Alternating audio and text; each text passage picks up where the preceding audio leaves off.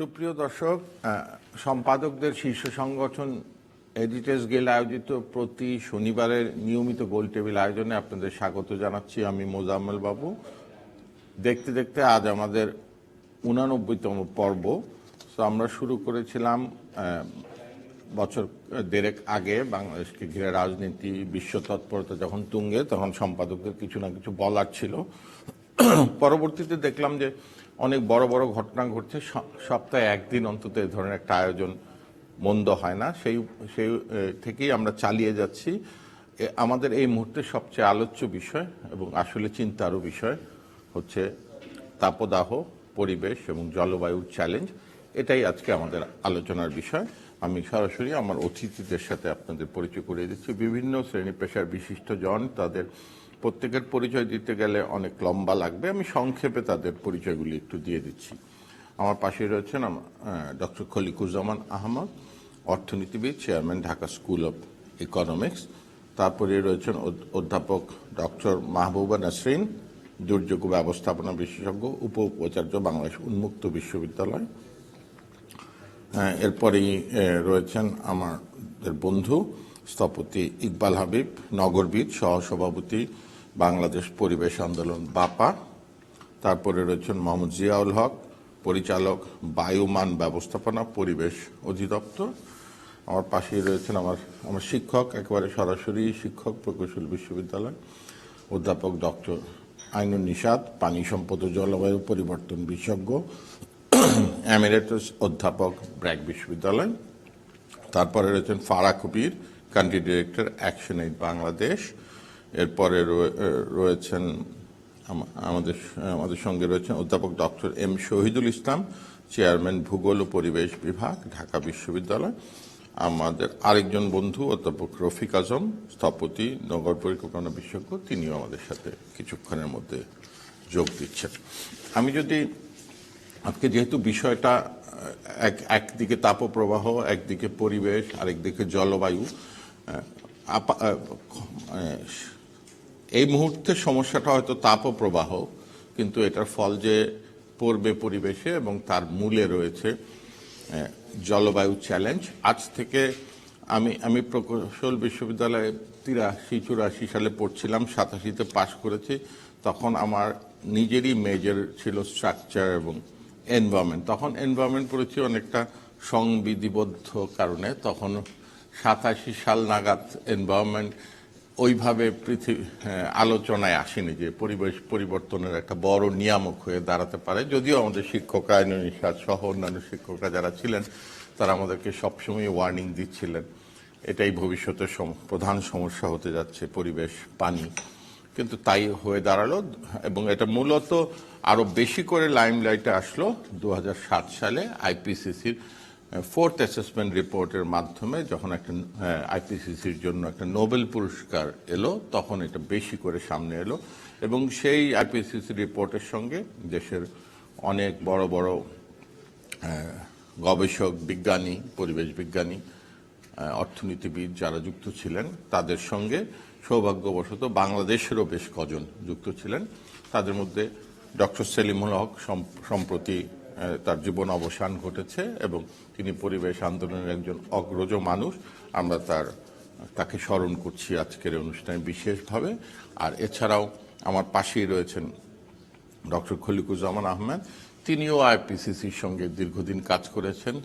3rd assessment রিপোর্টের রীতিমতো coordinating lead author ছিলেন এবং 4th অ্যাসেসমেন্ট রিপোর্টের সঙ্গেও জড়িত ছিলেন, যেটার জন্য আইপিসিসিকে নোবেল পুরস্কার দেওয়া হয়েছে। স্যার, আমি যদি একটা জায়গা থেকে শুরু করি, অন্যান্য দিক থেকে যারা দেখেছেন তারা তো আছেনই। আমি যদি আইনুন নিশাত স্যার, না আপনাকে দিয়ে শুরু করবো স্যার, একটা দিক থেকে নিশাত স্যারকে আমরা যদি আইনুন নিশাত পুরো জিনিসটা যদি একটু আমাদেরকে প্রথমে একটু ব্রিফ করতেন যে এই অবস্থায় আমরা যে আসলাম, কিভাবে আসলাম, সামনে কোথায় যাব, কোনো প্রতিকার আছে কিনা, স্বল্প মেয়াদী, মধ্যমেয়াদী কিংবা দীর্ঘমেয়াদী। যেসব কথা বলা হচ্ছে যে উন্নত বিশ্ব আমাদের সহায়তা করবে, তারাই বা কতটুকু করবে, কতটুকুই বা আমরা নিজে নিজেরা করতে পারি। গত কপে শুনলাম লস অ্যান্ড ড্যামেজের জন্য পয়সা ছাড় শুরু হবে, তারই বা কি হলো? আপনি যদি শুরু করেন স্যার। ধন্যবাদ। আসলে তো প্রচন্ড গরম পড়েছে, এটা অস্বীকার করার উপায় নাই। আমার কাছে কিন্তু এটা অস্বাভাবিক না। অস্বাভাবিক হচ্ছে 1 মাস ধরে প্রচন্ড গরম পড়া আর আগুনের হলকা মতো যেটা আসছে। রবীন্দ্রনাথ ঠাকুর 150-200 বছর আগে গান গেয়ে গেছেন, দারুণ অগ্নি দাহেরে। তার মানে এই যে আগুনের হলকার মতো আসতে পারে, তার সময় ছিল। কিন্তু কথা হচ্ছে ওইটা কি 30 ডিগ্রির হলকা ছিল নাকি 50 ডিগ্রির হলকা ছিল? এই এখন যে তাপমাত্রা আছে, আবহাওয়া, এখানে একটা মজার জিনিস আছে। আমাদের আবহাওয়া দপ্তর মাপে 36, 37, 38 অত্যন্ত নর্মাল। আমি মানতে রাজি না এটা অ্যাবনর্মাল। কিন্তু আমি যখন আমার পকেটে যে মোবাইলটা আছে সেটাতে যে অ্যাপ ডাউনলোড করা আছে, সেখানে দেখি 42, 43, 44। কিন্তু মজার জিনিস আরেকটা, তাপমাত্রা এখন 3টা হিসাব করতে হবে। একটা ঘরের তাপমাত্রা, এসি যদি না থাকে খোলামেলা, ছায়ার তাপমাত্রা গাছের তলায়, আর তৃতীয় হচ্ছে বাইরে যেতে হয়, ফিলস লাইক। এই ফিলস লাইক, যেমন আপনি ফিলস লাইক হচ্ছে 60, আপনার বয়স কত? যাই হোক না, যাই হোক না, ও আমাকে কমিয়ে দিচ্ছে, যাই হোক, থ্যাংক ইউ ফর দ্যাট। এই যে 42 থেকে 45, 46, 47 পর্যন্ত আমি লক্ষ্য করেছি ফিলস লাইক, এটাই হচ্ছে আমাদের জন্য সবচেয়ে বিব্রতকর, কষ্টকর। কিন্তু যুগ যুগ ধরেই চৈত্রের শেষে বৈশাখের প্রথমে 10-12 দিন 15 দিন এরকম তাপমাত্রা ছিল, বাতাস এরকমই ছিল। সে সময় গ্রামের কৃষক অন্ধকার থাকতে মাঠে কাজ করতে যেতেন এবং 10টা নাগাদ আর কাজ করা যাচ্ছে না, 11টা নাগাদ তিনি গাছতলায় এসে তার গামছা পেতে শুয়ে থাকতেন। আবার যদি কাজ করার প্রয়োজন থাকতো তাহলে বিকাল 5টার পরে কাজ করতেন। অনাবশ্যকভাবে কেউ রোদে যাতায়াত করতো না, রাস্তা একদম ফাঁকা থাকতো, খখর। স্কুল কলেজের কথা বলতে পারবো না, কারণ তখন তো স্কুলে পড়ি 50-এর দশক 60-এর দশকে। ছুটি থাকতো, গরমের ছুটি, কারণ শিক্ষকরা চাইতেন না আর প্রশাসকরা চাইতেন না যে ছাত্ররা স্কুলে গেলেই তো মাঠে নামবে, ফুটবল নিয়ে হইচই করবে। তো আমাদের সমাজটা এখন হয়ে গেছে শহরের লোক আর গ্রামের লোক। শহরের লোক কোনো কিছু সহ্য করতে পারে না। এবার যে প্রচার হচ্ছে বিভিন্ন জায়গায়, আমি আমাদের প্রতিবেশী একটা দেশের আবহাওয়ার ফোরকাস্টগুলো খুব ভালো করে দেখি, কারণ আমাদের আবহাওয়ার ফোরকাস্ট, ওটা আমি পরে সময় পেলে একটু বিস্তৃত বলবো, যে প্রশাসনিক কিংবা প্রাতিষ্ঠানিক ব্যাপারটা আমাদের ঠিক নেই। বা সেটা যেটা দেখি, তারা বলছে যে এবারের স্বাভাবিক বর্ষা হবে, এবং সাউথ ইস্ট এশিয়ার আবহাওয়াবিদরা ব্যাংককে একটা মিটিং করে বলেছেন যে এবার বর্ষায় আরও বেশি বৃষ্টি হবে। এর মধ্যে একটা গোলমেলে টার্ম আছে, এল নিনো আর লা নিনা। আমি বুঝি না ওর মানেটা কি, বাট ইন্টারপ্রেট করতে পারি, সেটা অন্য কথা। তো তাহলে এই যদি আষাঢ় মাসে, শ্রাবণ মাসে একটু বেশি বৃষ্টি হয়, খবরের কাগজে হুলস্থুল কাণ্ড হয়ে যায়। সাংবাদিকরা প্রশ্ন করে যে স্যার প্রচণ্ড বৃষ্টি হচ্ছে, মানুষ বেরোতে পারছে না, ঘরবাড়ি ডুবে যাচ্ছে। আমি বলি যে এটাই তো স্বাভাবিক, আষাঢ় শ্রাবণে বৃষ্টি হবে। গত বছর হয়নি, তার আগের বছর হয়নি, যেটা দুঃসংবাদ, তাই না? এখন বিশ্বের জলবায়ু পরিবর্তিত হচ্ছে, এ ব্যাপারে পৃথিবীর যে 192-93টা দেশ আছে, আর যেখানে আলোচনা হয় সেখানে বলা হয় পার্টি। যেমন প্যালেস্টাইন একটা পার্টি, ইউরোপিয়ান ইউনিয়ন একটা পার্টি। ইউরোপিয়ান ইউনিয়নের 27টা দেশ প্রত্যেকে আলাদা আলাদা পার্টি, এবং ইউরোপিয়ান আর একটা পার্টি। এই আলোচনার একটা গ্রামার আছে। এখানে সবাই সর্বসম্মতভাবে সিদ্ধান্ত নেয়। একেবারে ছোট নিউইয়র্ক নামে একটা দেশ, যার জনসংখ্যা 1,500, সেও যদি অবজেকশন দেয় থেমে যাবে সব।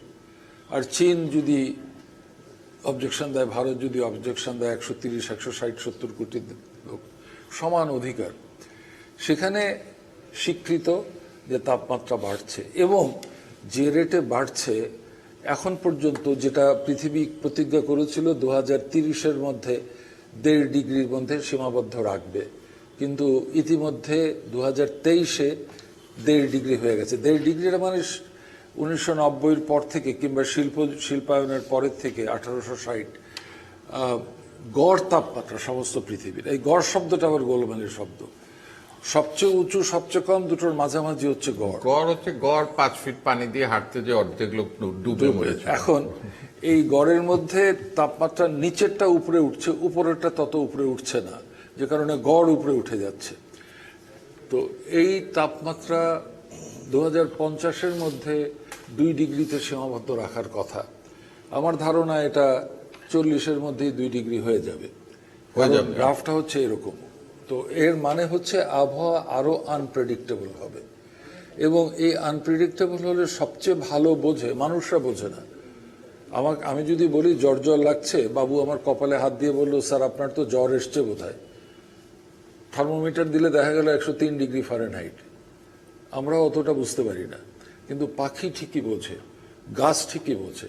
এবং সবচেয়ে বড় বিপদ হবে, গাছের ফুল ফোটার সময় বদলে যাবে, এবং ফুল ফোটার সময় বদলে গেলে ফলের উৎপাদনে গোলমাল হবে। এবং আজকে যদি বলি ধান একটা ফল, সবাই বোধহয় আমাকে পাগল বলবে। এবার ধান গাছের ফল তো ধানটা, তাই না? ফলই তো বটে। ফুল হয়, ফল হয়। ফল বলতে আমরা যেটা বুঝি সেটা না। যদি বলি যে এখন থেকে 20 বছর 30 বছর পরে আমি থাকবো না, কিন্তু বাবু থাকবে, সে আমার সাক্ষী, তখন খাদ্য উৎপাদন এখন যে প্রজাতির হয়, যে সমস্ত ধরনের চাল হয়, আউশ আমন, বোরোতে গম হয়, সেগুলোর উৎপাদন অর্ধেকও হয়ে যেতে পারে। সে কারণে পৃথিবীতে জলবায়ু নিয়ন্ত্রণের জন্য যে আইনটার ভিত্তিতে এখন পৃথিবী এগিয়ে চলছে, সেটার নাম হচ্ছে প্যারিস এগ্রিমেন্ট, 2015-তে যেটা সই হয়। এবং সেখানে বলা হচ্ছে পৃথিবীর উদ্দেশ্য হচ্ছে, এই আইনের উদ্দেশ্য হচ্ছে একটাই, খাদ্য ঘাটতি হতে দেয়া যাবে না। 2016-তে পৃথিবীর সব দেশ যখন এই চুক্তিতে সই করে, বাংলাদেশও করেছে। মার্কিন যুক্তরাষ্ট্রের পক্ষে এসেছিলেন জন কেরি, তার কোলে ছিল তখন তার 3 বছরের নাতনি। সে বলছিল যে এই আইনটা এবং এই যে বিরূপ প্রভাব পড়বে, এটা তো আমার সমস্যা না, এটা আমার নাতনির সমস্যা। তাকে আমি এজন্য সিম্বলিক্যালি নিয়ে এসেছি। সো কিন্তু তারই সমস্যা হয়ে দাঁড়ালো তো। হ্যাঁ, এবং এবারকার আমেরিকার ইলেকশনে কি হবে জানি না। তো এই গ্রিন হাউস গ্যাস যারা উৎপাদন করে, তার সবচেয়ে বেশি উৎপাদন করে চীন, তারপরে মার্কিন যুক্তরাষ্ট্র, তারপরে ভারত। এবং অনুমান করা হচ্ছে 5-6 বছরের মধ্যে ভারতও 2 নম্বরে চলে যাবে, ইউএসএ 3 নম্বরে আসবে। আর মাথাপিছু উৎপাদনের সবচেয়ে বেশি দায়ী হচ্ছে মাথাপিছু প্রত্যেকের। আমরা খুব সামান্য করি, আমাদের কোনো দায় নেই। আরব দেশগুলো, তাদের উৎপাদন অনেক বেশি। তো বলতে চেষ্টা করছি, জলবায়ু পরিবর্তনটা হবেই, এই ধরনের পিকুলিয়ার আবহাওয়া অনুভব করবে। কিন্তু বাংলাদেশ ইতিমধ্যে 2টো দলিল তৈরি করেছে, একটার নাম ন্যাপ, ন্যাশনাল অ্যাডাপ্টেশন প্ল্যান, আর একটা হচ্ছে ন্যাশনালি ডিটারমিন্ড কমিটমেন্ট। আমরা গ্রিনহাউস গ্যাস কথা বলবো পরে। এইটার ভিত্তিতে আমাদেরকে এগোতে হবে। ধন্যবাদ। কবির, আপনি এই অবস্থাটাকে কিভাবে দেখেন? স্যার যেভাবে বলছিলেন, এই সময়ের গরমটা হয়তো স্বাভাবিক, তাপপ্রবাহ কতখানি স্বাভাবিক সেটা গবেষণার বিষয়, কিন্তু জলবায়ু যে পরিবর্তিত হচ্ছে, সামনের দিনগুলি যে দুর্যোগপূর্ণ, এ নিয়ে বোধহয় কারো সন্দেহ নেই। বাংলাদেশ সবচেয়ে বেশি কুফল ভোগ করবে বলা হচ্ছিল, এখন দেখতেও পাচ্ছি। আপনি কি দেখছেন, আমরা কোথায় আছি, আমাদের অ্যাকশনে কোথায় আছি? ধন্যবাদ। নিশাদ ভাই যেভাবে শুরু করলেন যে হ্যাঁ, আমরা জানি আমাদের গল্পে, গানে আল্লাহ মেঘ দে পানি দে আব্বাসুদ্দিনের সবচেয়ে জনপ্রিয় গান। তো তার মানে উনি ওখানে যেভাবে গানটা লিরিক্সে বলা আছে যে আসমান হলো টুটা টুটা, জমি হলো ফাটা, এই না?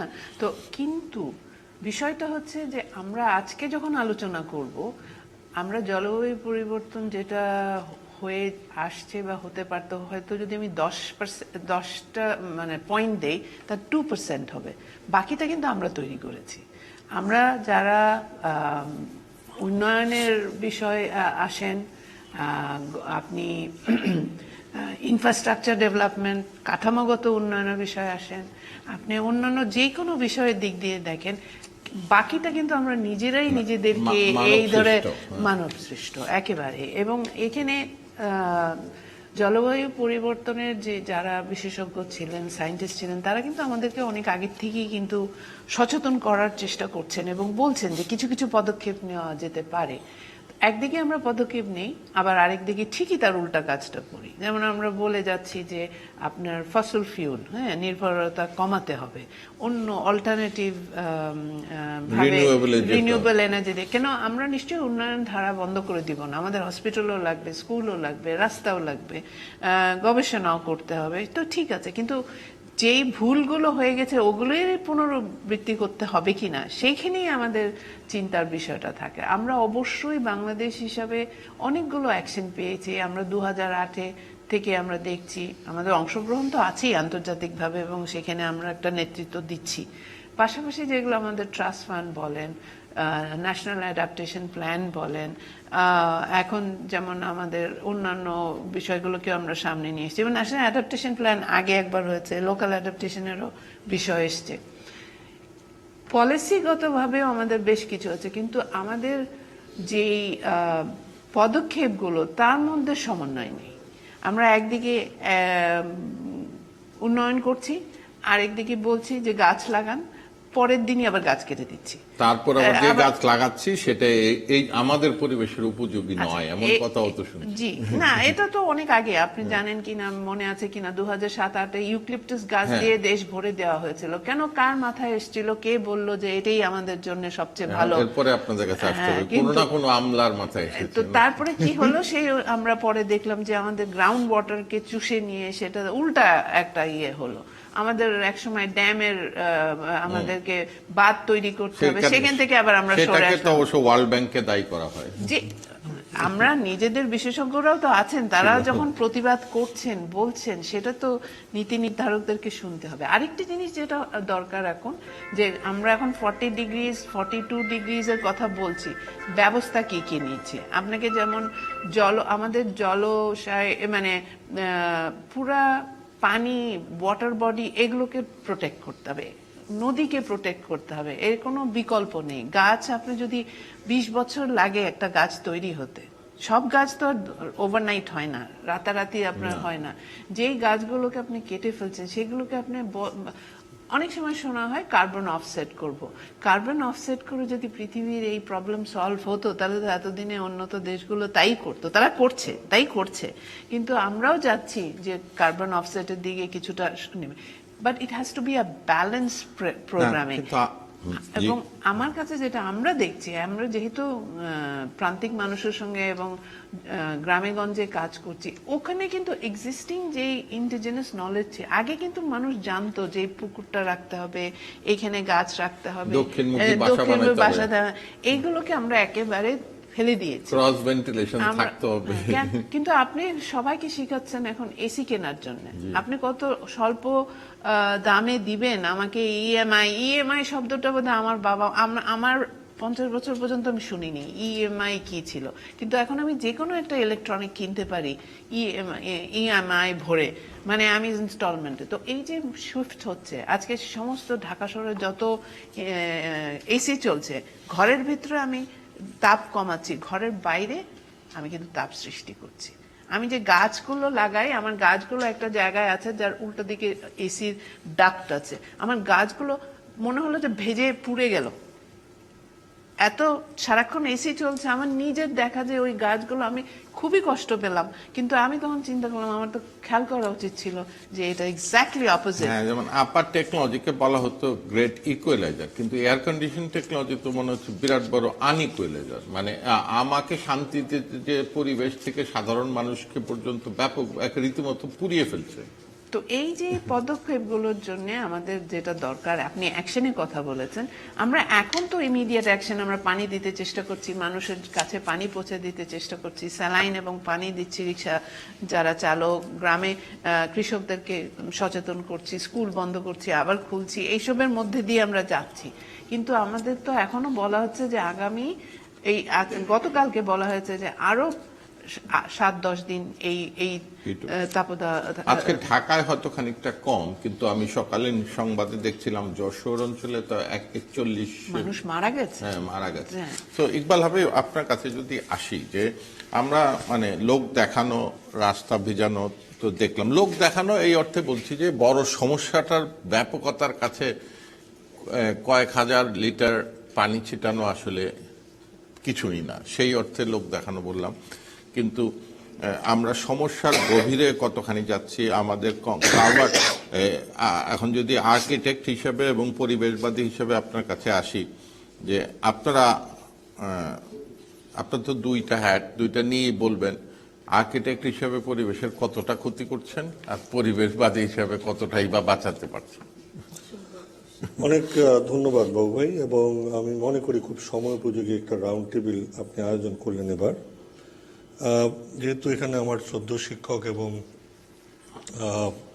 অত্যন্ত গুণী যারা আমাদের জন্য সারা পৃথিবীর কপের সাথে যুদ্ধ করছিলেন, সেই গুণধর মানুষরা রয়েছেন, আমি এই বিশ্বের যে আপনি অবশ্য শুরুতে বলারও চেষ্টা করলেন আমরা কম্পেনসেশন প্যাকেজ থেকে ইত্যাদি, জলবায়ু বৈশ্বিক উষ্ণতার এই ব্যবসা ধান্দা, আমি এক কপি গিয়েছিলাম প্রধানমন্ত্রীর সাথে, এবং তারপরে কানে ধরে বুঝেছি এটি আরেকটা ব্যবসার ধান্দা। আসলে যেটা দরকার ছিল, পৃথিবীতে জলবায়ু বৈশ্বিক উষ্ণতা হবেই, পরিবর্তন হবেই, যেহেতু আমরা ইন্ডাস্ট্রিয়াল রেভলিউশনের পর আমরা প্রকৃতিকে জয় করার নামে পুরো প্রকৃতির ইন্টারভেনশন করছি। এখন এমন একটা অবস্থায় গিয়েছি, রেইন সিডিং করব, মানে বৃষ্টিকে ইলেকট্রিফাইড করে তার মধ্যে লবণ ছিটিয়ে এমন অবস্থা তৈরি করবো, তার অবস্থা তো দেখতে পাচ্ছেন সৌদি আরব এবং ইউএই খেলতে গেলে কি হয়। এই যে খেলেছ বিশ্বলয়ে বিরাট ও শিশু, এই শিশু তো আল্লাহ হতে পারেন, মানুষ এখন সেই শিশু, সেই বিরাট খেলোয়াড়ে পরিণত হয়েছে। এর ফলে জলবায়ুর পরিবর্তন তো স্বাভাবিক একটা ব্যাপার, কিন্তু তীব্র পরিবর্তন হচ্ছে, দ্রুত পরিবর্তন হচ্ছে। আমি ওই জায়গাটাতে যেতেই চাই না। আমি বরং আইনুল ইসলাম স্যারের একটা শব্দ, যেটা আমরা বাংলায় সেদিন আমাদের বাংলাদেশ পরিবেশ আন্দোলনের পক্ষ থেকে উপস্থাপন করেছি, অনুভবের তীব্রতা, এই যে ফিলস লাইক, এটা আমরা কিন্তু আমাদের দায় রয়েছে প্রচুর। এবং আমাদের দায়ের জন্যই আমি শুরুতে বারবার বলেছি, আমরা কে না জানি যে আমরা আসলে ভিকটিম, কিন্তু ভিকটিম করে ফকিরের মতো রাস্তায় বসে থাকার মতো আহাম্মক তো আমরা না। আমাদের যে প্রস্তুতি দরকার ছিল, অভিযোজনের প্রস্তুতি, অথবা এই পুরো পারিপার্শ্বিকতা, আমাদের করণীয় নিয়ে প্রস্তুতি, আমাদেরকে ভিক্ষা দিবে সেটা নিয়ে আমি কি করব, সেটার দিকে না তাকিয়ে আমার যে অভিজ্ঞান আছে, খনার বচন থেকে শুরু করে আমার যে গ্রামের মানুষের এখন অভিজ্ঞান আছে, আমাদের যে বস্তুনিষ্ঠ প্রকৃতি নির্ভর সমাধানের যে অভিজ্ঞতা রয়েছে, সেটা নিয়ে যে আমার যে প্রস্তুতি, তার কতটুকু করলাম? আমরা কি ফান্ডের জন্য বসে আছি যে আমাদের ভবনগুলো আমরা সব শীতাতপ নিয়ন্ত্রণ করব, কাচের দেয়ালের ভবন বানাবো, এবং সেটা এমনভাবে ওই কাচও না যেই কাজ সূর্যের আলোকে বিকিরণ বন্ধ করে, আমরা সাধারণ কাজ দিয়ে ভবন বানাবো, পুকুরগুলো ভরাট করে ফেলবো, এবং তারপরে যখন আগুন জ্বলবে একটা ছোট্ট রেস্টুরেন্টে, তখন ধোঁয়ায় 18 জন মানুষ মারা যাবে। ওই 18 জন মানুষ মারা গেছে শুধু ধোঁয়ায় বাবু ভাই। আমি দোতলায় গিয়ে দেখলাম কাচ্চি ভাই পুড়ে গেছে, 3 তলায় ইলিয়ান পাঞ্জাবির দোকানে 1 টাকা পরে নাই, তারপরের ফ্লোরে 17 জন মরে পড়ে আছে। কেন? কিন্তু তারা ধোঁয়ায়, কারণ কাঁচ ওই গ্লাসটা ভেঙে ধোঁয়াটা বের করার বুদ্ধি কারো মাথায় ছিল না। এই কাঁচের ঘর বানাতে দিলাম কেন? আবার দেখেন ঠিক পাশের নরতন কলোনির ওই মানুষগুলো, আল্লাহ তাদের বেহেশত নসিব করুক, তারা ওই পুকুরটা রেখেছিলেন বলে আপনি ওদের আগুনটা নিভাতে পেরেছেন। কি ভয়ঙ্কর অবস্থা তৈরি করেছে আমরা এই নগরীকে। এই নগরী এরকম ছিল না। আমার ছোটবেলাতে আমি নগরী দেখিনি, সারার কথা বাদই দিলাম। এই নগরী, এই নগরায়ন এবং এই নগরায়ন নামে এখন আমার একটা অপভ্রংশ শুরু হয়েছে। বলা হয়েছে আমার গ্রাম আমার শহর, নগরীর সুবিধা গ্রামে নিব। এখন সকলের মতো ধারণা গ্রামকে নগর বানানোর কথা বলা হচ্ছে। এই যে অপদর্শন, এটা আসলে নগর দর্শনের নামে অপদর্শন, এর দায় আমরা নিচ্ছি না। এই যে ফিলস লাইক, এই যে অনুভবের তীব্রতা, এটা আরো বাড়িয়েছে হিট আইল্যান্ড বা হিট সিঙ্ক করে। এইটা করলো কারা? আমি আপনি। এই মুহূর্তে বাইরে 36 ডিগ্রি, আমি কিন্তু বানিয়ে রেখেছি 25 ডিগ্রি। এই 11 ডিগ্রি কই যায়? এই 11 ডিগ্রি শোষণ করে। কিন্তু আমি প্রথমে গ্লাস বানিয়েছি, আমি গ্লাস বানানোর কারণে আমার বিচ্ছুরিত আলো অনেক বেশি ঢুকলো, তার ফলে আমার ভিতরে কিন্তু 36-এর জায়গায় অটোমেটিক 42 হয়ে যায়, কারণ আমি শোষণ করে আটকে রেখেছি। এই 42কে আমি এই 15 ডিগ্রি কমানোর জন্য এই পুরোটা শোষণ করে আমি আবার প্রতিবেশীকে পাঠিয়ে দিই। এটা তাপের অবিনাশিতাবাদ সূত্র আমরা যারা পড়েছি, তাপ তো কোথাও না কোথাও যেতেই হবে। এবং এখন হয়েছে জানেন, এই উন্নয়নের নামে দেশের সামর্থ্যবান এবং অসামর্থ্যবানদের যে দূরত্ব তৈরি হয়েছে, অর্থনৈতিক বৈষম্যের পাশাপাশি তাপ বৈষম্য, পরিবেশ বৈষম্য, নতুন একটা, এবং এই তীব্রতায় আমরা কিন্তু আজ পর্যন্ত কোনো অনুশাসন, কোনো কি স্থপতিদেরকে, কারণ আপনি মনে রাখতে হবে স্থপতি আপনার বাড়ি, আপনার টাকায়, আপনার জমিতে, আপনার জন্য করে। আপনি আমাকে যদি বলে দেন আমি কাচের ঘরেই বানাবো, করলে করেন, আমি আরেকজনের কাছে যাবো, আমার তো কিছু করার থাকে না। কিন্তু অনুশাসন যদি থাকে, যে পরিবেশ বান্ধবতায় যদি আপনি ভবন না করেন, আমি অনুমোদনই দেবো না। কারণ পরিবেশ অধিদপ্তর রয়েছে রাষ্ট্র সকলের জন্য, কোনো ব্যক্তি বা গোষ্ঠীর জন্য না। এই জায়গায় যেমনি করে আমরা অসহায়, একই রকম ভাবে সবুজায়ন এবং জলাধার সংরক্ষণে আমরা চরমভাবে ব্যর্থ হয়েছি। একদিকে পুরো শাস মসজিদ রোড ধরে জারুল গাছ, নিম গাছ, আমলকি গাছ সমানে কেটে একাশিয়ার যে বাগানটা রয়েছে পান্তুকুঞ্জে, তার জন্য কি চিৎকার, কি হাহাকার, কি কান্না। এই যে একটা দুইচারিতা, এর ফলে নগর এবং শহরের উন্নয়নে, পরের সড়কের রাউন্ডে উন্নয়নে যখন আসবো ইকবাল হাবিব, আপনার বিরুদ্ধে একটা অভিযোগ আছে, অবশ্যই তারও বলবেন। উত্তর দিবেন। আপনারা পরিবেশ নিয়ে কাজ করেন, কিন্তু আপনার নিজের করা কিছু কিছু প্রজেক্টে আপনারা হাতির Any ঝিল project you name it, encroach করে গেছেন, হাতির ঝিল প্রকল্প। No. তো এর পরে এক পরের লাইনে ব্যাখ্যা দিবেন। অবশ্যই। এর ভাই আপনার কাছে আসি, অধ্যাপক ডক্টর এম শহীদুল ইসলাম, সরি এই ভাইয়ের কাছে, এদিকে আগে স্যারের কাছেই যাই, আপনার কাছে পরে আসবো। যে অ্যাডাপ্টেশন, মিটিগেশন এগুলি তো আমরা করতে পারি, কিন্তু এই যে সমস্যা বৈশ্বিক, গোটা পৃথিবী মিলে যা তৈরি করছে, আমরা এইটুক দেশ, আমরা কি নিজেদেরকে যেভাবে বলছে ইকবাল হাবিব রক্ষা করতে পারবো? আবার রক্ষা করতে যদি না পারি, আরেকটা রোগ লক্ষ্য করছি, আমার কন্ট্রিবিউশন তো খুব সামান্য। এই করে করে সবাই এক বালতির দুধ দেওয়ার কথা, সবাই পানি দেওয়াতে পুকুরটাই দুধের পুকুরটা তো পানির হয়ে যাবে। সবাই তো ফাঁকি দিচ্ছি। আমরা যদি প্রত্যেকে একটু একটু করে ফাঁকি দেই, যেহেতু আমার ভূমিকা কম, আমি না হয় 4টা কোল বেস পাওয়ার প্ল্যান্ট আপাতত করি, আমি তো আগে করতে পারি নাই, আমি করে ফেলি। তো এই করতে থাকলে কি হবে? আমরা ফাঁকি দিচ্ছি, আবার দায়ও আমার না, কিন্তু আমরা ভুগছি, কি হবে? Thank you. আপনি আমাকে একেবারে স্পেসিফিক প্রশ্ন যেহেতু করেছেন, অনেকটা আপনি ইচ্ছে করলে একটু আমাকে ডানে বায়ে চলে যেতে সেই পারেন। রিলেটে আপনি আমাকে ইচ্ছে করলে উত্তর দিতেই হবে। নদীকে গরুতে দিয়ে না ঠিক আছে, কিন্তু আমিও নিজে যে পরিস্থিতিটা অবজার্ভ করেছি, নিজস্ব কিছু চিন্তা ভাবনার কথাও শেয়ার করব। আমি ইকবাল ভাইয়ের মতোই বলছি, অত্যন্ত সময় উপযোগী একটি বিষয়, এবং আমরা উভয়ই বাপার সাথে সম্পৃক্ত। তো এখানে 3টি বিষয় আছে: তাপপ্রবাহ, পরিবেশ এবং জলবায়ুর চ্যালেঞ্জ। আমি 3টাকে প্রথমে একেবারে আলাদাভাবে দেখব। 3টাই একেবারে আলাদা ইস্যু, 3টারই আলাদা মেকানিজম আছে, 3টারই আলাদা কনসিকুয়েন্স আছে, আবার 3টাই কানেক্টেড, একটার সাথে আরেকটার সাথে আরেকটা। এবং এই মুহূর্তে আমরা তাপপ্রবাহ বলতে গেলেই, বা যে কোনো ঘটনা ঘটলেই আমরা দায়ী করি জলবায়ু পরিবর্তন। যে কোনো ঘটনা, এটা যেন এখন সবার দায় সারা গুছের একটা অভিযোগ। আমার দোষ না, জলবায়ুর দোষ। জলবায়ু। স্যার যেটা প্রথমেই এইটা আমাদেরকে সেই ব্যাপারে একটু কনসাস হতে হবে। আমি সেটা আগে বলে আপনার প্রশ্নটাতে আসছি। বলা হচ্ছে 52 বছরের মধ্যে রেকর্ড ভঙ্গ করেছে তাপমাত্রা। তাহলে 52 বছর আগে এর চেয়ে বেশি একবার হয়েছিল।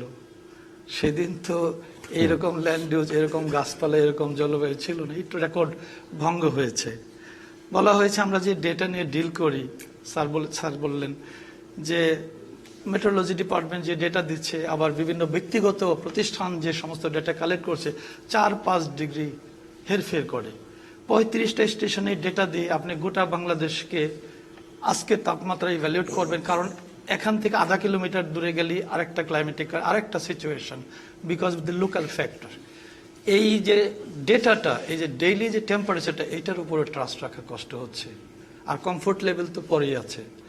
আমি কিন্তু তাপপ্রবাহের এই বিষয়টাকে একটু ওয়াইডলি দেখতে পাচ্ছি, একটু সায়েন্টিফিক্যালি, সায়েন্সটাকেও আমি একটু, এই মুহূর্তে বিশ্বব্যাপী 4 থেকে 5টা ঘটনা একসাথে ঘটছে, এবং আমাদের রিজনাল কনটেক্সটে। তার একটা প্রায় শেষের দিকে, যেমন এল নিনোর প্রভাবটা 2023-এ বেশি ছিল, 24-এ আছে, এবং এই আগামী 2-1 মাসের মধ্যে এটা থেকেই আবার লা নিনো ফেজ হবে।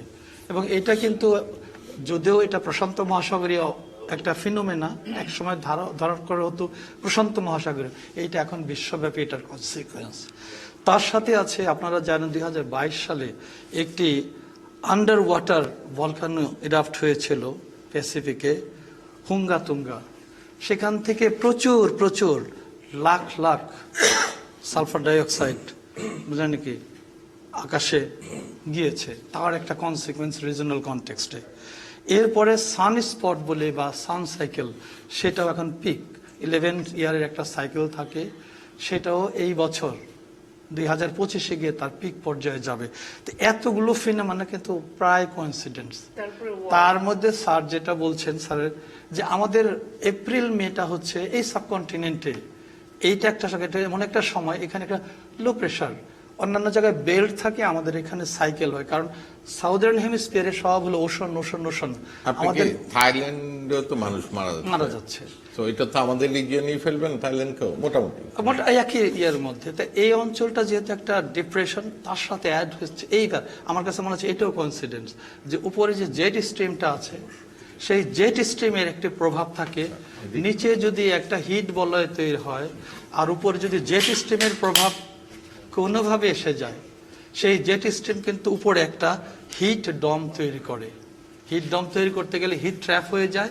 এই সমস্ত ইনসিডেন্টগুলো এবার এক হয়ে যাওয়ার কারণে এন্টায়ার যে আমাদের গ্যাঞ্জিং delta, northern India, eastern India সহ এই পুরো ডেল্টা জোনটা এখন এবার একটা হিট বলয়ের মধ্যে আছে।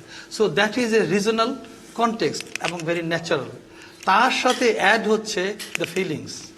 এই ফিলিংসের জন্য এই গ্লোবাল রিজনাল কজের সাথে our system, our national contribution and individual contribution আর আর রেসপন্সিবল। যুদ্ধতে তো প্রচুর হিট জেনারেট হচ্ছে। সব এই যে amount of আমরা arms যে and কথাটা ammunition। বললাম, আমাদেরকে ফিলিংসটাকে ভালো রাখতে চাইলে ইকবাল ভাই যেটাকে বলেন, আমাকে তিনটা প্রি কন্ডিশন রাখতে হবে।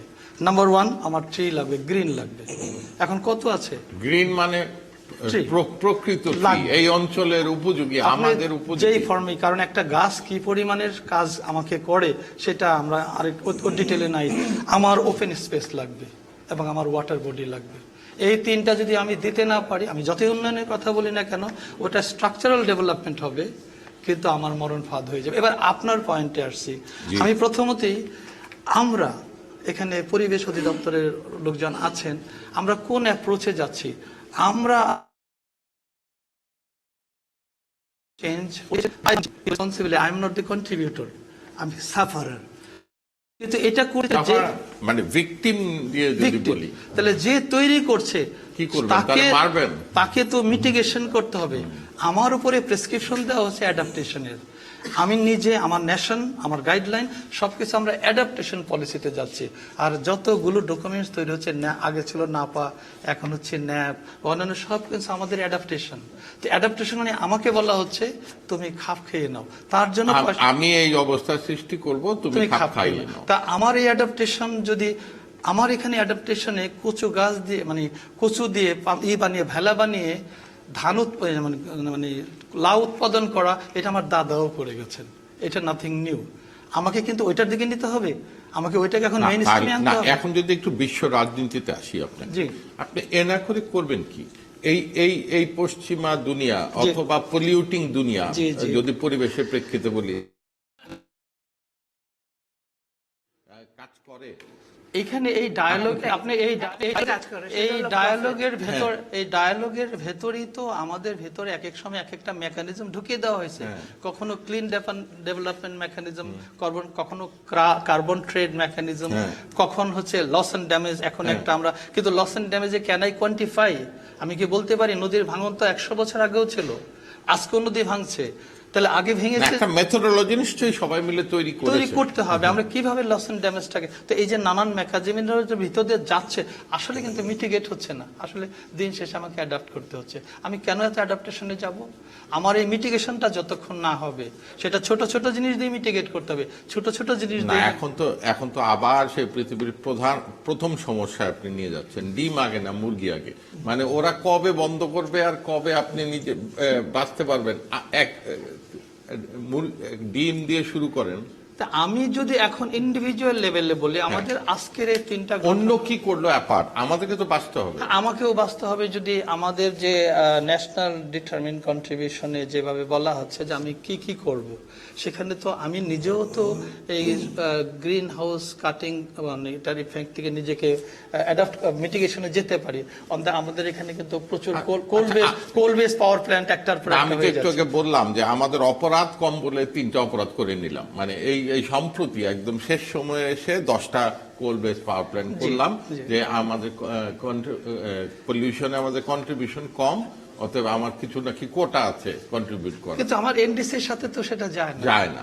আপনি কি এই একটা জিনিস আমরা সবাই কনফিউজ করি যে আমরা একা ভালো হয়ে লাভ নাই, সেইটা কি আসলে ঠিক? না, আমরা এটা- নিজেরা যদি গ্রিন থাকি এইটুক দেশ হিসাবে এই ভৌগোলিক সীমানায়, তাতে কি কিছু ফিলস লাইকে কোনো ভূমিকা নাই? তাহলে আমি আপনাকে আবার বলছি, যারা এই অবস্থা তৈরি করেছে, যাদের কারণে এত পৃথিবীতে গন্ডগোল, এই জলবায়ু পরিবেশ, তাদের দেশগুলো গিয়ে দেখেন তো তারা কিন্তু কমফোর্টেবল জোনটা তাদের ঠিকই রেখেছে। কেন রেখেছে? তাদের লিভেবল সোসাইটিকে রাখার জন্য যতটুকু গ্রিনারি, যতটুকু তারা ঠিকই করেছে। যেমন আমরা যদি কোল পৃথিবীকে, আমাদের কোল বেস পাওয়ার প্ল্যান্ট গুলি পৃথিবীকে জ্বালাবে, আমরা শোধ খানিকটা নিলাম, আমরা এতদিন ভালো ছিলাম, কিছুটা নটি হলাম, কিন্তু এই কোলগুলি তো একবারে আমার পরিবেশকেও তো উষ্ণ করছে একেবারে তাৎক্ষণিকভাবে। ডেফিনেটলি হ্যাঁ, কিন্তু সেটা- সেই জন্য আমার পলিসি একদিকে বলছে গাছ লাগান, আবার প্র্যাকটিক্যালি আমি লাগানো গাছ কেটে ফেলছি। তো এটা তো আমার না, ডবল এইখানে আমি আরেকজন ভাইয়ের কাছে আসবো। আমি যদি জিয়াউল ভাই আপনার কাছে আসি, এই যে আপনি তো পরিবেশ অধিদপ্তরের সঙ্গে কাজ করেন, সো মাঝামাঝি একটা অবস্থান, উন্নয়ন বনাম পরিবেশ, এই এখনো কি এটা বিতর্কের পর্যায়ে রাখা যায় নাকি এটা একটা কনক্লুডেড পরিবেশ আগে, পরিবেশ বনাম উন্নয়নের সময় বোধহয় আছে কি? যেমন আপনি যদি কিছু একটা উন্নয়ন করতে চান, কিছু গাছ কাটা পড়তে পারে, মানে আপনি আমাদেরকে লোক দেখানো 100 গাছের বদলে 1000 গাছ লাগালাম, সেটা কবে হবে তার কোনো খবর নাই। আমরা জলাভূমি বন্ধ করে দিচ্ছি, আমরা আবাসনের নামে ফ্ল্যাট ফ্লো জোন বন্ধ করে দিচ্ছি। এই যে আমরা যেগুলি করছি, এগুলি কিভাবে দেখেন? উন্নয়ন বনাম পরিবেশ, এইটাকে আপনি কিভাবে নেগেট করবেন? ধন্যবাদ মোজাম্মেল ভাই, খুব ভালো আলোচনা হচ্ছে, খুব জ্ঞান গর্ব এবং খুব প্র্যাকটিক্যাল আলোচনা হচ্ছে। যেটা এই সমস্যাটা যে পরিবেশ এবং উন্নয়নের যে ট্রেড অফটা, এটা তো এখনো আছে, অনেক আগেও ছিল, এখনো আছে, যদিও ইন্টারন্যাশনালি এটা কিন্তু ডেফিনেশন অনেক আগে ঠিক হয়ে গেছে যে যেটাই করবো আমরা করব টেকসই উন্নয়ন, সাস্টেনেবল ডেভেলপমেন্ট। এটা সংঘ তৈরি হয়েছে 87-88-এ বার্টন কমিশনে, 87-এ। তো তারপরে 92-তে আমরা রিউ কনভেনশনগুলো পেয়েছি, সাস্টেনেবল ডেভেলপমেন্ট কমিশন পেয়েছি। 92-তে আরো পরিষ্কার হয়েছে যে আমাদের উন্নয়নটা শুধু উন্নয়নের জন্য হবে না, সেখানে 3টা পিলারকে আমাদের দেখতে সাস্টেনেবল হবে। না হলে সেই উন্নয়ন দরকার নেই। এবং সাস্টেনেবলের মধ্যে 3টা পিলার আছে, আমরা সবাই জানি, এনভায়রনমেন্টাল সাস্টেনেবিলিটি, তারপর আমাদের ইকোনমিক ডেভেলপমেন্ট এবং সোশ্যালি অ্যাকসেপ্টেবল হতে হবে, ইকুইটি থাকতে হবে। তো 3টাকে নিয়ে কিন্তু 92 থেকে কিন্তু সাস্টেনেবল ডেভেলপমেন্ট কমিশন হয়েছে, এইচডিজি গুলো একটা পর একটা আসছে।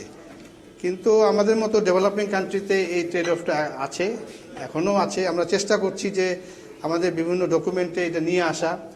বাবু ভাই জানেন যে আমাদের যে সংবিধানে 18 কতে কিন্তু এটা চলে আসছে, আমাদের কিন্তু একটা রাষ্ট্রের দায়িত্ব হিসেবে চলে আসছে যে আমরা রাষ্ট্র আমাদের বনভূমি, জলাভূমি সংরক্ষণ করব, বন্য প্রাণী, তারপরে আমাদের যে জীববৈচিত্র্য সংরক্ষণ করব ভবিষ্যৎ এবং বর্তমান ও ভবিষ্যৎ প্রজন্মের জন্য। 18 কথায় পরিষ্কার বলা হয়েছে এবং রাষ্ট্র এই দায়িত্ব নিয়েছে। সুতরাং রাষ্ট্রীয় দায়িত্ব আছে, রাষ্ট্রীয় সংস্থা হিসাবে পরিবেশ মন্ত্রণালয়, পরিবেশ অধিদপ্তরের দায়িত্ব আছে। এখন আমরা চেষ্টা করছি যে এই জিনিসটা যেন মেইন স্ট্রিম হয়, আমাদের যে উন্নয়নের যে ধারণাটা, সেটা পরিবেশসম্মত উন্নয়নটা যেন মেইন স্ট্রিম হয়, সেজন্য চেষ্টা হচ্ছে। আচ্ছা, আপনার শুরুতে এসে একটা আওয়াজ তুললেন না 100 দিনের মধ্যে 500 ইটভাটা, সেটা তো কি হলো? ওইটাই, ওই 100 দিনের কর্মসূচির মধ্যে আমাদের যে মাননীয় মন্ত্রী, নতুন মন্ত্রী সাবের স্যার, উনি কিন্তু বেশ কয়েকটা টার্গেট দিয়েছেন। এর মধ্যে আমাদের বায়ু দূষণের উপরে, পানি দূষণের উপরে, পাহাড় কাটা। প্রথম 100 দিনে কোনো অগ্রগতি আছে? আমাদের কিছু কিছু যে স্পেসিফিক টার্গেট, যেমন 500টি ইটের ভাটা বন্ধ করে দেওয়া, এটা প্রায় 700-র মতো বন্ধ হয়েছে ঢাকার আশেপাশে। ঢাকার আশেপাশে এবং আর একটু অন্যান্য জেলাতেও হয়েছে। তো আমরা যেমন, উনি ওই যে 100 দিনের কর্মসূচির মধ্যে একটা দিয়েছেন যে হোল অফ গভর্নমেন্ট অ্যাপ্রোচটাকে অ্যাস্টাবলিশ করার জন্য প্রচেষ্টা নেওয়া। উনি একটা বলেছেন যে আমাদের যে সিএসও, এনজিও যারা কাজ করছেন, তাদের মধ্যে একটা পার্টনারশিপ ডেভেলপ করার জন্য একটা ফ্রেমওয়ার্ক ডেভেলপ করা। এগুলি কিন্তু ওনার মধ্যে আছে। আর আপনারা যে আমার অন্যান্য মন্ত্রণালয়ের সাথে যুদ্ধ করা, যেমন বিদ্যুৎ মন্ত্রণালয় কয়লা ভিত্তিক কিছু করতে গেলে যে যুদ্ধ করা, কিংবা কেউ যদি অনর্থক খাল বন্ধ করতে চায় যুদ্ধ করা, কেউ যদি জমি দখল করতে চায়, জলাভূমি দখল, এই কাজটা এই চেষ্টা এখন একটু জোরে সোরে হয়েছে। যেটা উনি বলেছেন যে এটা ফ্রেমওয়ার্ক ডেভেলপ করবেন হোল অফ দি না, গভর্নমেন্ট। অনেকে মনে করে যে সাবের হোসেন চৌধুরীর মতো এক ধরনের ক্লিন একজন মানুষকে এখানে দেওয়া এবং শক্তিশালী একজন মন্ত্রী দেওয়ার উদ্দেশ্যই হয়তো এটা ছিল। আপনার কি করতে পেরেছেন? আমরা কিছু? যেমন জানুয়ারি থেকে উনি শুরু করেছেন, উনি অনেকগুলো আন্তঃমন্ত্র সভা করেছেন এবং অনেক আমাদের মাননীয় তবে ওনার এখানে অনেক বিদেশি আসতে দেখি, আগে যেখানে পরিবেশ মন্ত্রণালয়ে খুব একটা দেখা যেত না। অনেক কলন বেড়েছে, এতে কি লাভ হচ্ছে? লাভ হচ্ছে। যেমন এই রিসেন্টলি 22শে এপ্রিলে উনি একটা মাননীয় প্রধানমন্ত্রীকে তারা উদ্বোধন করালেন বাংলাদেশ ক্লাইমেট ডেভেলপমেন্ট পার্টনারশিপ। জি। এবং এখানে উনি চেষ্টা করছেন যে বিক্ষিপ্তভাবে আমাদের পার্টনারশিপের মাধ্যমে বিক্ষিপ্তভাবে সহায়তা না পেয়ে আমরা একটা হলিস্টিক অ্যাপ্রোচে সবাই বাইলেটারালি মাল্টিলেটারালি যারা আমাদেরকে সহায়তা করতে চান এক জায়গায় করবেন এবং একটা প্ল্যাটফর্মের মাধ্যমে করবেন এবং সেখানে আমাদের প্রোগ্রামগুলো থাকবে সেটার জন্য একটা আপনাদের কাউন্টার পার্ট জন কেরির সাথে কোনো মিটিং এর সম্ভাবনা আছে? যে মানে তারা তো পরিবেশকে সিরিয়াসলি নিবে বলে এত সিনিয়র একজন পলিটিশিয়ানকে এই দায়িত্ব। গত 25-26শে এপ্রিলে পিটার্সবার্গ ক্লাইমেট ডায়ালগ হয়েছিল, যেটা বার্লিনে হয়েছিল। সেখানে 40টি দেশের মন্ত্রীরা আসছিলেন। সেখানে আমেরিকা থেকে জন কেরি আসেন নাই, কিন্তু আমেরিকার মিনিস্টার আগামী এসেছিলেন। কপ কখন, কোথায়? এবার এটা এবার হবে আজারবাইজান বাকুতে হবে। তো ওখানে আমাদের মাননীয় মন্ত্রী গিয়েছেন এবং ওখানে বেশ বলিষ্ঠ ভূমিকা রেখেছেন উনি।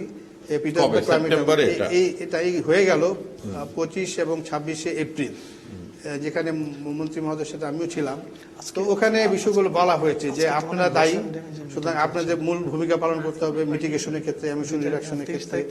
এবং আমরা যেহেতু ভিকটিম, সুতরাং আমরাও চেষ্টা করছি গ্লোবাল কন্ট্রিবিউশনে। এই ধরনের মিটিগেশনে যে ফান্ড রিলিজের মানে কোনো লক্ষণ কি দেখা যায়? আমাদের বাংলাদেশে আসছে ফান্ড, কিছু আসছে, যেটা পরিমাণটা খুব কম, কিন্তু ফান্ড আসছে। আমরা এখন নতুন ভাবে চিন্তা যে হচ্ছে। আপনাদের বিরুদ্ধে তো এই ক্লাইমেট ফান্ড তছনছর নানা অভিযোগ আছে, সেগুলি যদি বন্ধ না করেন? সেগুলো নিয়ে চলছে, সেগুলো নিয়ে তদন্ত চলছে।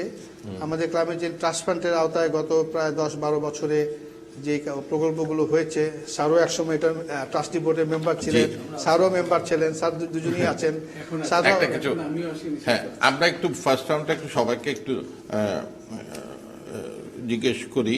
রফিক আজম, স্থপতি রফিক আজম, নগর পরিকল্পনাবিদ, যাই বলি না কেন, আপনার কাছে আসবো আমরা। পরিবেশের যে আজকের যে হাল, সেই জন্য দায়ী গোষ্ঠীর মধ্যে স্থপতি, নগরবিদরা একটা দায়ী গোষ্ঠী। কেননা আপনি কিংবা আপনাদের গোষ্ঠীদের হাতে এই তো নগরায়ন হচ্ছে এবং অপরিকল্পিত নগরায়ন, পরিবেশ অবান্ধব, পরিবেশ কি বলবো, বান্ধবের উল্টা কি হইতে পারে? পরিবেশ শত্রু, পরিবেশের শত্রু যে কর্মকাণ্ড, পরিবেশ বিরোধী যে কর্মকাণ্ড, তারা এই নদী ভরাট, জলাভূমি ভরাট, ফ্লাড ফ্লোজন ভরাট, কংক্রিট ইয়েতে ভরে দেওয়া, মোটা গ্লাস দিয়ে একটা মানে রীতিমতো চিমনি তৈরি করা, এই অভিযোগগুলি আপনাদের বিরুদ্ধে আছে। অন্যান্য বিশ্বের অভিযোগ তো আছেই বিশ্বে। সেই ক্ষেত্রে আপনার ব্যক্তি হিসাবে আপনার নিজস্ব কিছু ব্যতিক্রমী উদ্যোগও আছে। সব মিলিয়ে আপনি এই পরিবেশের আজকের এই দশাকে কিভাবে দেখেন এবং স্থপতি, নগর পরিকল্পনাবিদ হিসেবে ওয়ে ফরওয়ার্ডটা কি দেখেন? প্রথমে পরিষ্কার করি, ধন্যবাদ আপনাকে। আমি নগর পরিকল্পনাবিদ নই, আমি বেনেহায়েত একজন স্থপতি।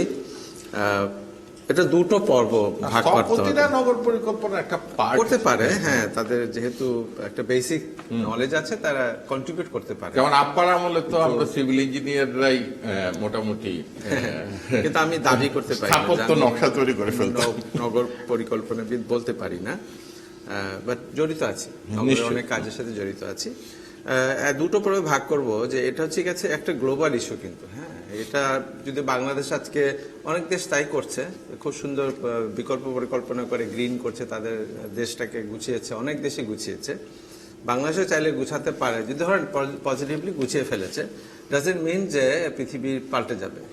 এটা একটা কম্প্রিহেন্সিভ সাপোর্ট সিস্টেমে আসতে হবে, যেটাতে কপ করা হয়, জন্য যদি পুরোপুরি সাকসেসফুল হয়েছে কিনা প্রশ্ন আসে। এটা অনেকগুলো এসডিজি গোল করা হয়েছে অনেকগুলা। এইটা হচ্ছে সবাই মিলে না করলে এই পরিত্রাণ নেই, নাম্বার 1। নাম্বার 2 হচ্ছে একটা দেশ যা করছে সেখানে আর্কিটেক্ট কিন্তু খুবই, ধরেন পানি সব অক্সিজেন উৎপাদন, থেকে বেশি পানি আমরা জানি সেটা কি করে সেটা, মানে যদি 28% হয় গাছ, তাহলে ওইটা বোধহয় 70%, মানে আমি রাফলি বলছি যে বেশি পানি করে। সেখানে যদি জলাশয় সব বন্ধ করে দেওয়া হয়, তাহলে কিন্তু আর্কিটেক্টকে দোষারোপ করে আপনি কিন্তু পার পাবেন না। হ্যাঁ, তো একটা আমরা এই জন্য স্থপতি নগরবিদ একখানে ফেলছি দায়ী করার জন্য। ঠিক আছে, ঠিক আছে, তাই নিতেই হবে সবাইকে, সবাইকে। এবং এখানে বিল্ডাররাও ডেভেলপার বিল্ডার এরাই বা বাদ যাবে কেন? কিন্তু আর্কিটেক্টদের রোল অত্যন্ত সিরিয়াস, এটা সত্যি। কারণ এত কিছু যারা করছেন তারা সবাই কথা বলেন, তারা রিপোর্ট তৈরি করেন, তারা প্রপোজাল দেন, কিন্তু পৃথিবীতে একমাত্র গোষ্ঠী যারা এই জিনিসটাকে একেবারে চোখের সামনে মানুষের কাছে প্রস্তুত করে উপস্থাপন করেন। একটি স্পেস বানিয়ে দিলেন, ওখানে গাছ আছে, পানি আছে, মানে জলাধার আছে, হোয়াট এভার, এটা কিন্তু একমাত্র পৃথিবীতে যারা করেন তারা স্থপতি। আর্কিটেকচার তো আপনারা বলেন ক্রিয়েটিং স্পেস, বিল্ডিং না, বাড়ি না, ক্রিয়েটিং স্পেস। আমি ওইটাই বলছি, আমি বাড়ির কথা বলছি না, ওই কথা ভুলেই যান। বাড়িঘর তো এটা মানে একজন আর্টিস্ট স্কেচও করেন, ওটা অনেকটা ওই রকম। এতে স্থপতির মেইন কাজ হচ্ছে গিয়ে জনগণের জন্য কাজ করা, মানে যেখানে হাজার হাজার লোক এসে এটা ব্যবহার করবেন, মানে খোলা মাঠ, মানে অন্যান্য খোলা জায়গায় যেগুলো আপনার নদীর ধার, পানির ধার, সবকিছু, তো পার্ক যাই বলেন। তো স্থপতিরই একমাত্র গোষ্ঠী যারা এটা প্রস্তুত করতে পারে। এখানে কিন্তু আপনারা যারা প্রত্যেকে আছে, মানে আপনাদের যোগ্যতার কোনো সীমা নেই, কিন্তু আপনারা কেউ কিন্তু সেটা করতে পারবেন না, একমাত্র স্থপতিরাই করতে পারবে। সুতরাং তাদেরকে যে লিডারশিপটা নিতে হবে সেটা স্থপতিরা নিতে পারছেন না, কারণ এই পড়াশোনাও ঠিক নাই, তাদের পড়ানোই হয় না তাদেরকে এভাবে যে তারা কাজ করবে জনগণের জন্য, তারা কাজ করে বড় লোকের জন্য আসলে। তো এই জায়গায় গন্ডগোল হয়েছে বলে কিন্তু আমরা পিছিয়ে গেছি। কাজে আপনি দোষারোপ করতে পারেন স্থপতিদেরকে যে তারা সঠিকভাবে ট্রেনিং নিয়ে সব, মানে আমাদের সময় রফিক আজম, আমরা তো একই সময় বুয়েটে লেখাপড়া করেছি, সাস্টেনেবিলিটি, ইকবাল হাবিব আমাদের কাছাকাছি। সাস্টেনেবিলিটি আমাদের আমি একটা পয়েন্ট শেষ করি। হ্যাঁ, আমি এই কথাটা বলতে যাচ্ছিলাম যে আমাদেরকে যে কথাটা বলা হচ্ছে সাস্টেনেবিলিটি, হ্যাঁ, এটা কিছুদিন পরে নিশ্চয়ই আপনি জানতে পারবেন যে এটা একটা অসুন্দর শব্দ। আসলে পৃথিবীতে আমরা কেউ আসেই নাই সাস্টেইন করার জন্য। সাস্টেনেবিলিটি হচ্ছে বেসিক লাইন, যেখানে না থাকলে আপনি মারা যাবেন, অথবা আপনি এত বিপদগ্রস্ত হবেন যে আপনি টিকে থাকতে পারবেন না। তো সেটার জন্য তো আমরা পৃথিবীতে আসিনি, আমাদের কাজ হচ্ছে আমরা এসেছি সেলিব্রেট করতে। এই পৃথিবী সেলিব্রেট করবো আমরা, তার জন্য আমাদেরকে এই সমস্ত সায়েন্স বলেন, সোশ্যাল অ্যাসপেক্ট বলেন, ফিনান্সিয়াল অ্যাসপেক্ট, সব কিছুকে গুছিয়ে সমন্বিত করে কম্প্রিহেন্সিভলি এগিয়ে যেতে হবে, যাতে আমরা সাস্টেন তো করবোই করবো, ডেফিনেটলি আমরা জীবনটাকে সেলিব্রেট করবো। তো সুতরাং এই শব্দ নিয়েও আমার একটু ইয়ে আছে। হ্যাঁ, রফিক আজম, আরেকটা বিষয় আপনাকে একটু জিজ্ঞেস করতেই চাই। ব্যক্তি উদ্যোগ থেকেই তো জাতীয় উদ্যোগ তৈরি হয়। আপনি এবং অফকোর্স ইকবাল হাবিবও, আপনারা ঢাকা শহরের পার্কগুলিকে সাস্টেইনেবল করার যে উদ্যোগ নিয়েছেন, তার সুফল তো আমরা কম বেশি পেয়েছি। সেই সম্পর্কে বলবেন, সেখানে আপনারা কি করছেন? নিচে জলাধার, মাঠ, দেয়াল তুলে দেওয়া, আপনাদের আদর্শটা কি? এখানে ফিলসফিক্যাল কিছু জায়গা আছে। হ্যাঁ, যেমন আগেও কিন্তু মাঠে ডিজাইন করেছে, কেউ না কেউ তো করেছে, ঠিক করেছে, ঘাস লাগিয়েছে। কিন্তু আমরা এসে বিশেষ করে এটা বহুদিনের আমার একটা স্বপ্ন ছিল যে কোনো জনগণের জায়গা হলে সেটা কিন্তু প্রথমে থেকে ওটাকে ল্যাঙ্গুয়েজটা চেঞ্জ করতে হবে ফিলসফিক্যালি, যে দেয়াল কেন থাকবে। আমি দেয়াল যদি ভেঙে ফেলে দিই আমরা, তাহলে প্রথম কথায় বলতে পারি ইটস ইয়ার্স, এটা আপনার, জনগণের। আপনি আসেন রাত 3টার সময় এসে এখানে মন খারাপ করে বসে থাকেন, কিন্তু দেয়াল দিয়ে তাকে বলা হয় এখানে ঢুকতে পারবেন না, রাতের ভিতরে আপনি ওখানে মাদক যারা করে তারা বসে বসে দখল করবে জায়গাটা, দিনের বেলা দেখবেন এত নোংরা, এত খারাপ, আপনি যেতে আর সাহস হবে না। এই ফিলসফিক্যাল জায়গা ব্যারিয়ারটা আমরা ভেঙে ফেলেছি, পেলে এখন উন্মুক্ত করে দিয়েছি। এখানে বৃষ্টির পানি ধরেছি, সেই পানিটাকে আমরা রান অফটাকে ট্রেঞ্চে নিয়ে সেখানে ফিল্টার করে আবার জনগণকে ফেরত দিচ্ছি। অর্থাৎ কথা হচ্ছে আমরা যদি মানে সেলিব্রেট করতে চাই, তাহলে আমাদের পৃথিবী এখন কি করবে না করবে এটা তো একটা নেগোসিয়েশনের ব্যাপার। নেগোসিয়েট করে আমরা হিমশিম খাচ্ছি, কিন্তু স্যার এখানে আছেন প্রত্যেক বছর ওনারা যান নেগোসিয়েট করতে, কিন্তু আমরা কিন্তু এখন খারাপ হচ্ছে দিনকে দিন অবস্থা আমাদের। এখানে আমাদের অ্যাসেট কি আছে, আমাদের অ্যাসেটগুলোকে আপনি অ্যাসেস করেন, আমাদের সেগুলোকে রেস্টোর করেন অ্যাসেটগুলোকে। যেমন পানি, আমাদের যে পরিমাণ পানি আসে পৃথিবীর কোনো দেশের সাথে মিষ্টি পানি পায় না, এত চাঙ্কে যেটা আসে অলমোস্ট 2.5 মিলিয়ন স্কোয়ার কিলোমিটারের পানি আমরা পাই। সেই পানিটাকে আমরা ধরেই রাখতে পারি না। ধরে রাখতে পারলেই তো আপনি এই সময়গুলো তাপ প্রবাহ কমে আসতো, খানিকটা 1 ডিগ্রি কমে আসতো, 2 ডিগ্রি কমে আসতো, আপনার। সো আমি যদি আমাদের আপনার কাছে আসা অধ্যাপক ডক্টর মাহবুব নাসরিন, দুর্যোগ ব্যবস্থাপনা বিশেষজ্ঞ, উপাচার্য, বাংলাদেশ উন্মুক্ত বিশ্ববিদ্যালয়। আপনার কাছে আসি। আমরা তো সবাই মিলে মোটামুটি এখন দুর্যোগ তৈরি করেছি, তো আপনার কাছে একটু পরে আসলাম। এখন এটাকে দুর্যোগ ঘোষণাই বা তাপপ্রবাহ কিংবা অন্যান্য জিনিসকে দুর্যোগ ঘোষণাই বা করা হচ্ছে না কেন অফিসিয়ালি?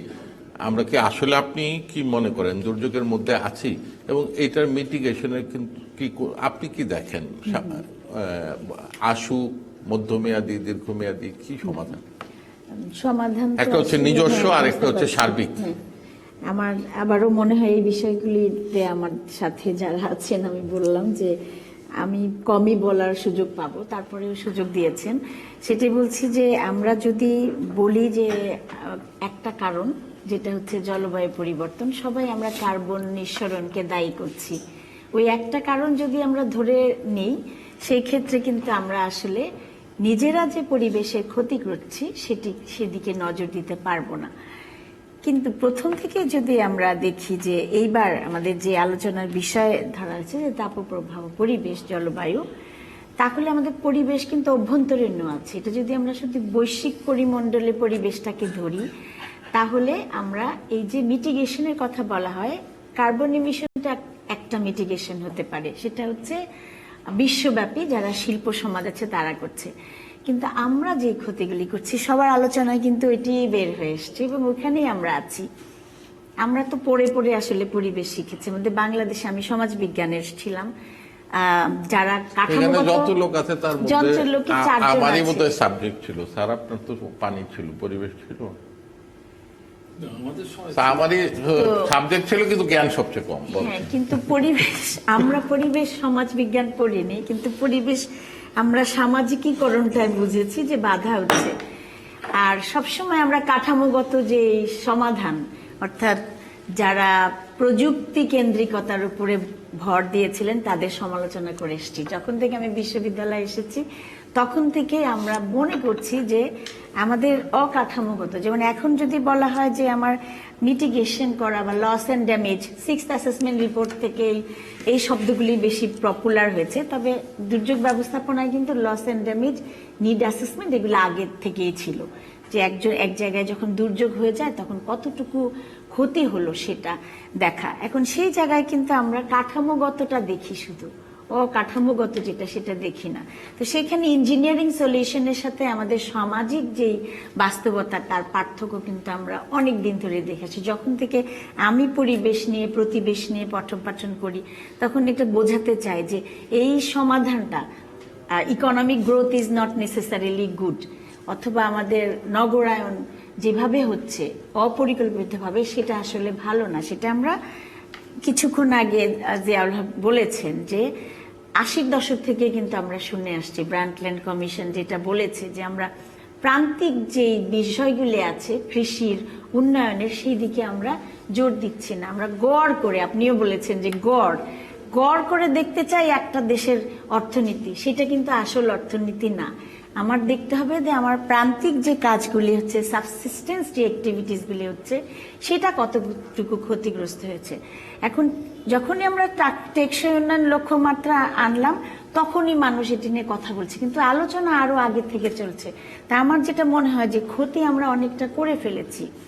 যারা প্রতিবেশবাদী নিয়ে বিশ্বাস করে, আমরা যেমন প্রতিবেশ নারীবাদী ফেমিনিজমকে পপুলার করতে চেয়েছি, ভারতেই কিন্তু চিপকো মুভমেন্ট আন্দোলন হয়েছে, আর কোথাও হয়নি, এই উপমহাদেশে হয়েছে। এই উপমহাদেশ থেকে শিক্ষা নিয়ে কিন্তু আমরা বিশ্বব্যাপী তখনই 70-এর দশকেই ছড়িয়ে দিতে পারতাম। আমাদের অসুবিধা হচ্ছে আমরা উন্নত দেশগুলো থেকে জ্ঞান নিয়ে তারপরে আমরা সেটা নিয়ে বেশি কথা বলি। 80-র দশকেও যদি আমরা ওই কথাটা ওইগুলি ভাবে বলতাম, তাহলে আমরা এত বেশি প্রযুক্তি কেন্দ্রিক হয়ে যেতাম না। আমাদের ইন্ডিজিনাস সলিউশনগুলি আমরা খেয়াল না। আমি নিজে গবেষণা করেছি 90-এর দশকের 87-88 সালের বন্যার পর। আমি জানতাম না যে বন্যার কারণ কি। আপনি দেখেছেন বন্যা বাংলাদেশে সবসময় হয়।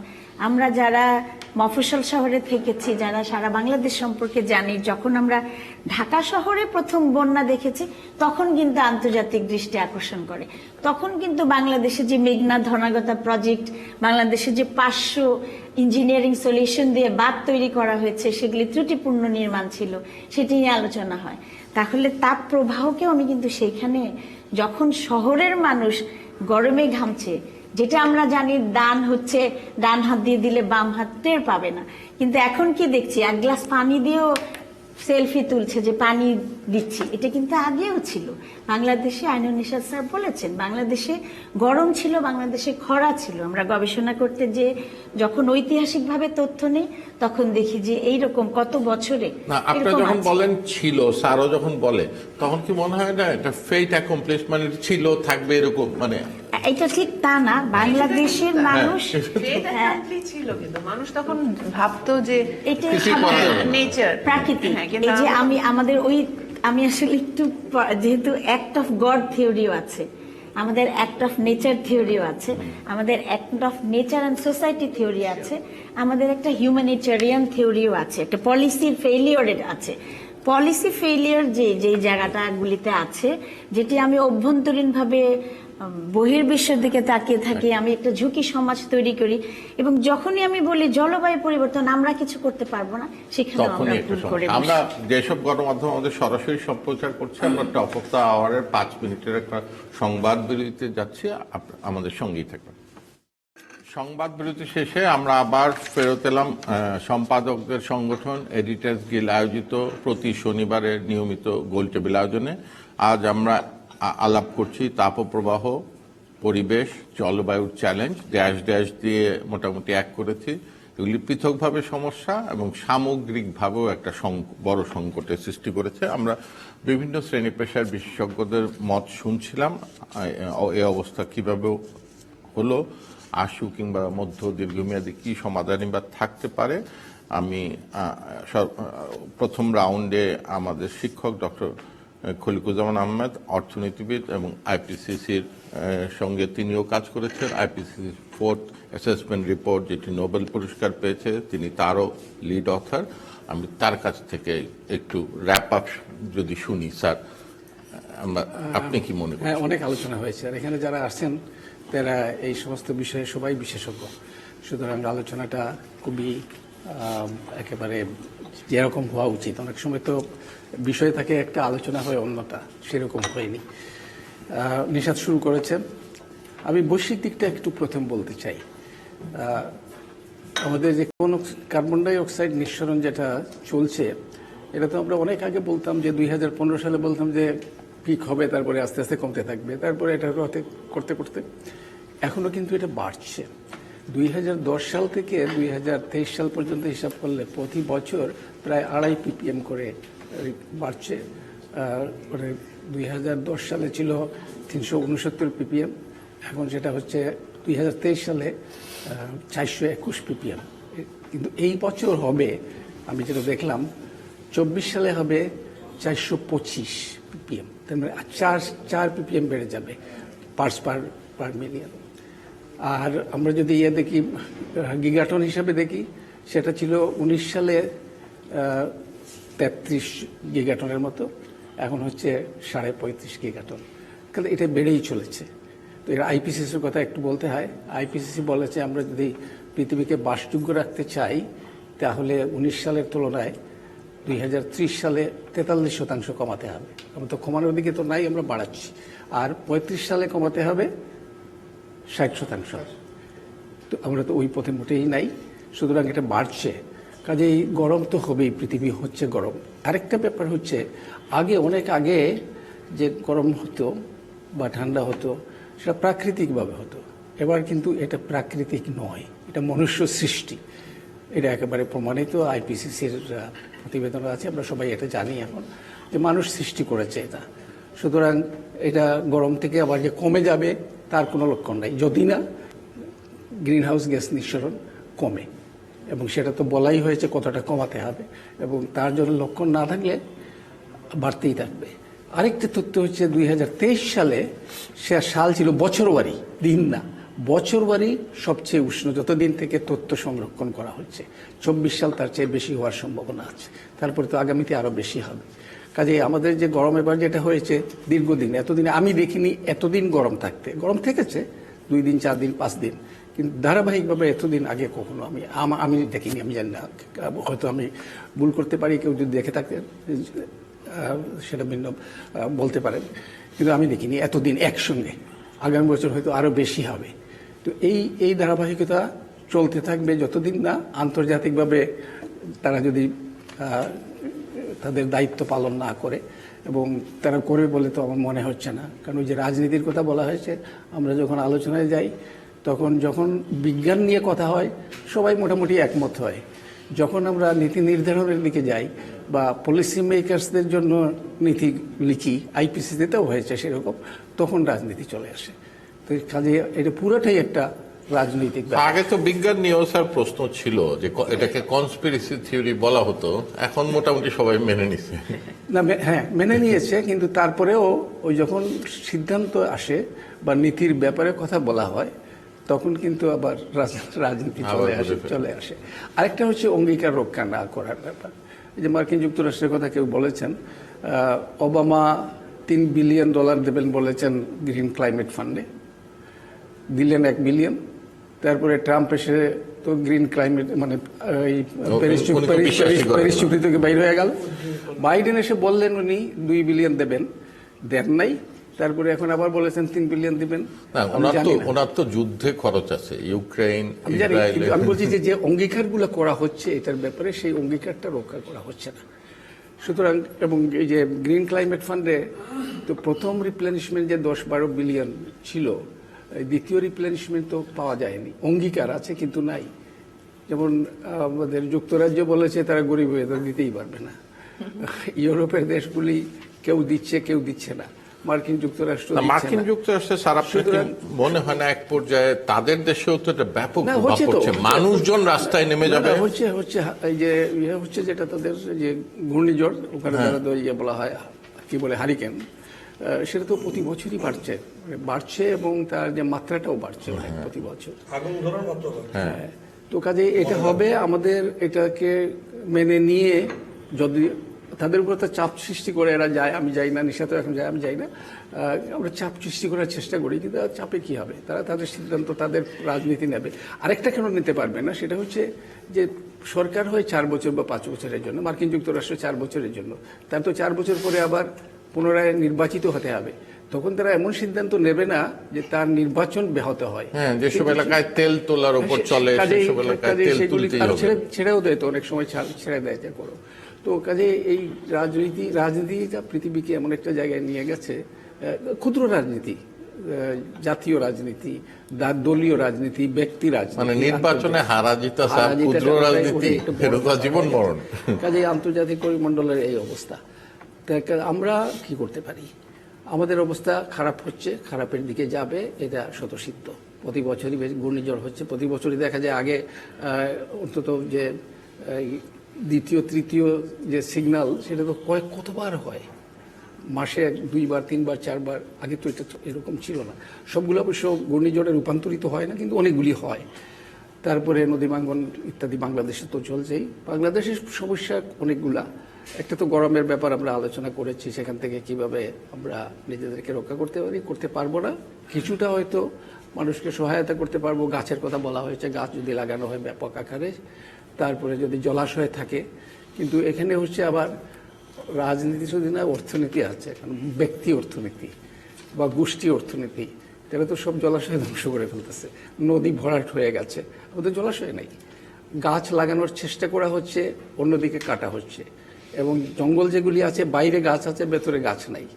তো সেই অবস্থা থেকে আমরা যে উদ্ধার পেতে হয়, যে আমাদের বাংলাদেশের ব্যক্তি চরিত্র সেটা তো একেবারেই নিচে নেমে গেছে। আমরা স্বার্থ ছাড়া, নিজের স্বার্থ ছাড়া আর কিছুই দেখি না। দেশের স্বার্থ বা অন্য মানুষের স্বার্থ, সেদিকে আমরা যাই না।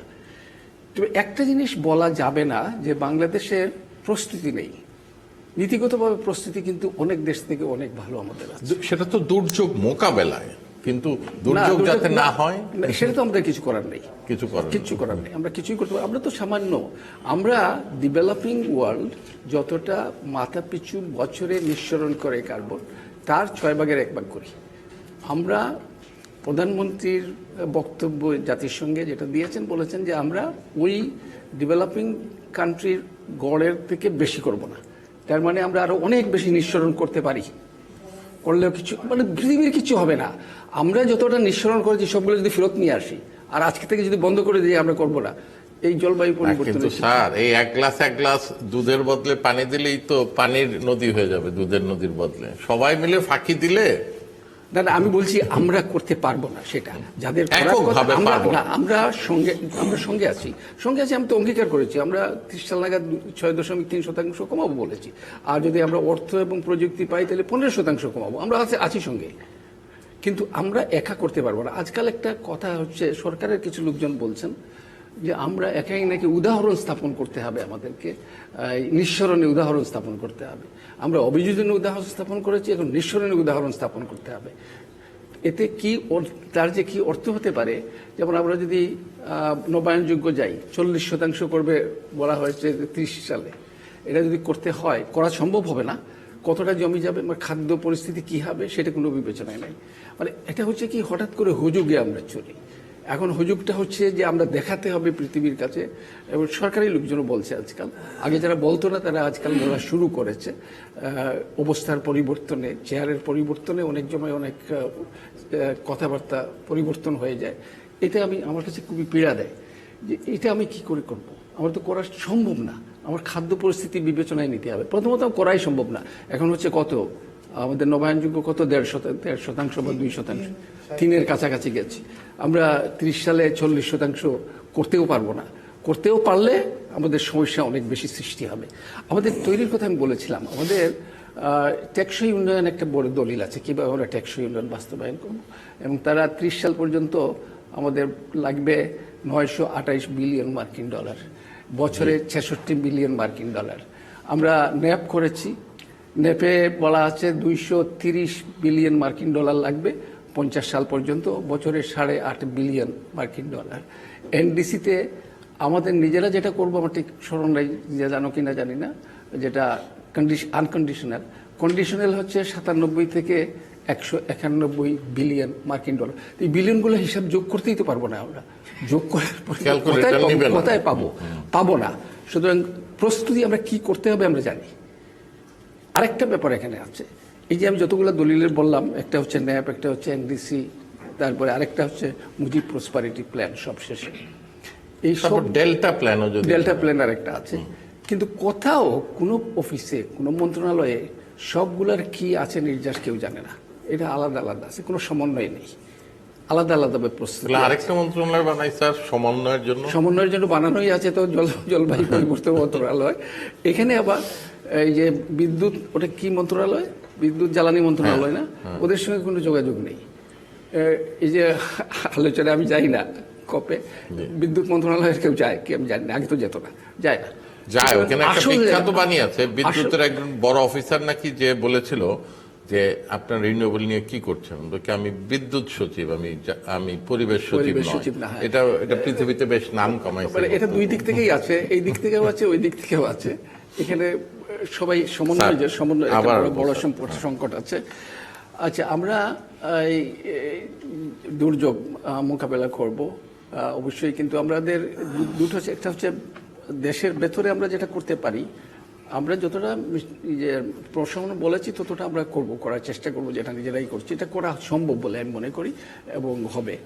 কিন্তু অভিযোজনে এখন আমাদের খরচ হয়, যেটা আমি সর্বশেষ হিসাব দেখলাম, যে আমাকে বলতো বছরে প্রায় 1 বিলিয়ন মার্কিন ডলারের মতো অভিযোজনে আমরা খরচ করি, কিন্তু জলবায়ু পরিবর্তনে প্রায় 5 বিলিয়ন খরচ করি, বাকিগুলো বোধহয় অন্য খাতে যায়। এডিপির মাধ্যমে যে 25টা মিনিস্ট্রিতে দেওয়া হচ্ছে এডিপি বরাদ্দ, সেটা প্রায় 3 বিলিয়নের কাছাকাছি। কিন্তু অভিযোজনে কি 1 বিলিয়ন বা 1.5 বিলিয়ন, কিন্তু আমাদের তো অনেক বেশি লাগবে। সেটা আমরা কোথায় পাবো? কিন্তু এখানে আর সমস্যা হচ্ছে, যতটুকুই আছে সেটা আমরা যে ব্যবহার করি তার কোনো অগ্রাধিকার ঠিক নেই। যেখানে যে শক্তিশালী মন্ত্রী বা শক্তিশালী সচিব বা শক্তিশালী ব্যক্তি, সেখানেই প্রকল্পটা চলে যায়, এবং প্রকল্প অনেক সময় জলবায়ুর সঙ্গে সম্পর্কও থাকে না। আমরা আমি চেষ্টা করি আটকাতে, কিন্তু অনেক সময় আমরা পারি না। মানে জলবায়ু অগ্রাধিকার প্রকল্পগুলিতে সরাসরি জলবায়ু তেমন কিছু থাকে না, নাম দিয়ে কিছু থাকে, কিছুতে থাকে না, সব থাকে না তো বলবো না, কিছু থাকে। আপনার কাছে আবার আসবো স্যার, এই যে সামনের দিনগুলি আছে, আমি একটা জিনিসে একটু আবার ভয় পাচ্ছি, যে বেশ কয়েকদিন যাবৎ অনেক চেষ্টা করে আমরা রিনিউয়েবলের দিকে সরকারকে মনোযোগী করা গেছিল, কিন্তু ইদানিং একটা বক্তব্য বেশ জোরে সোরে সামনে চলে আসছে যে আমরা যদি রিনিউয়েবলের দিকে যেতে থাকি তাহলে খাদ্য নিরাপত্তা প্রশ্নের সম্মুখীন হবে। কিন্তু আজকাল তার টেকনোলজি আছে, ফ্লোটিং সোলার করতে পারেন, রুফটপ করতে পারেন, কিংবা 8-10 ফিট উঁচু রেখে চাষাবাদ অব্যাহত রেখে করতে পারেন।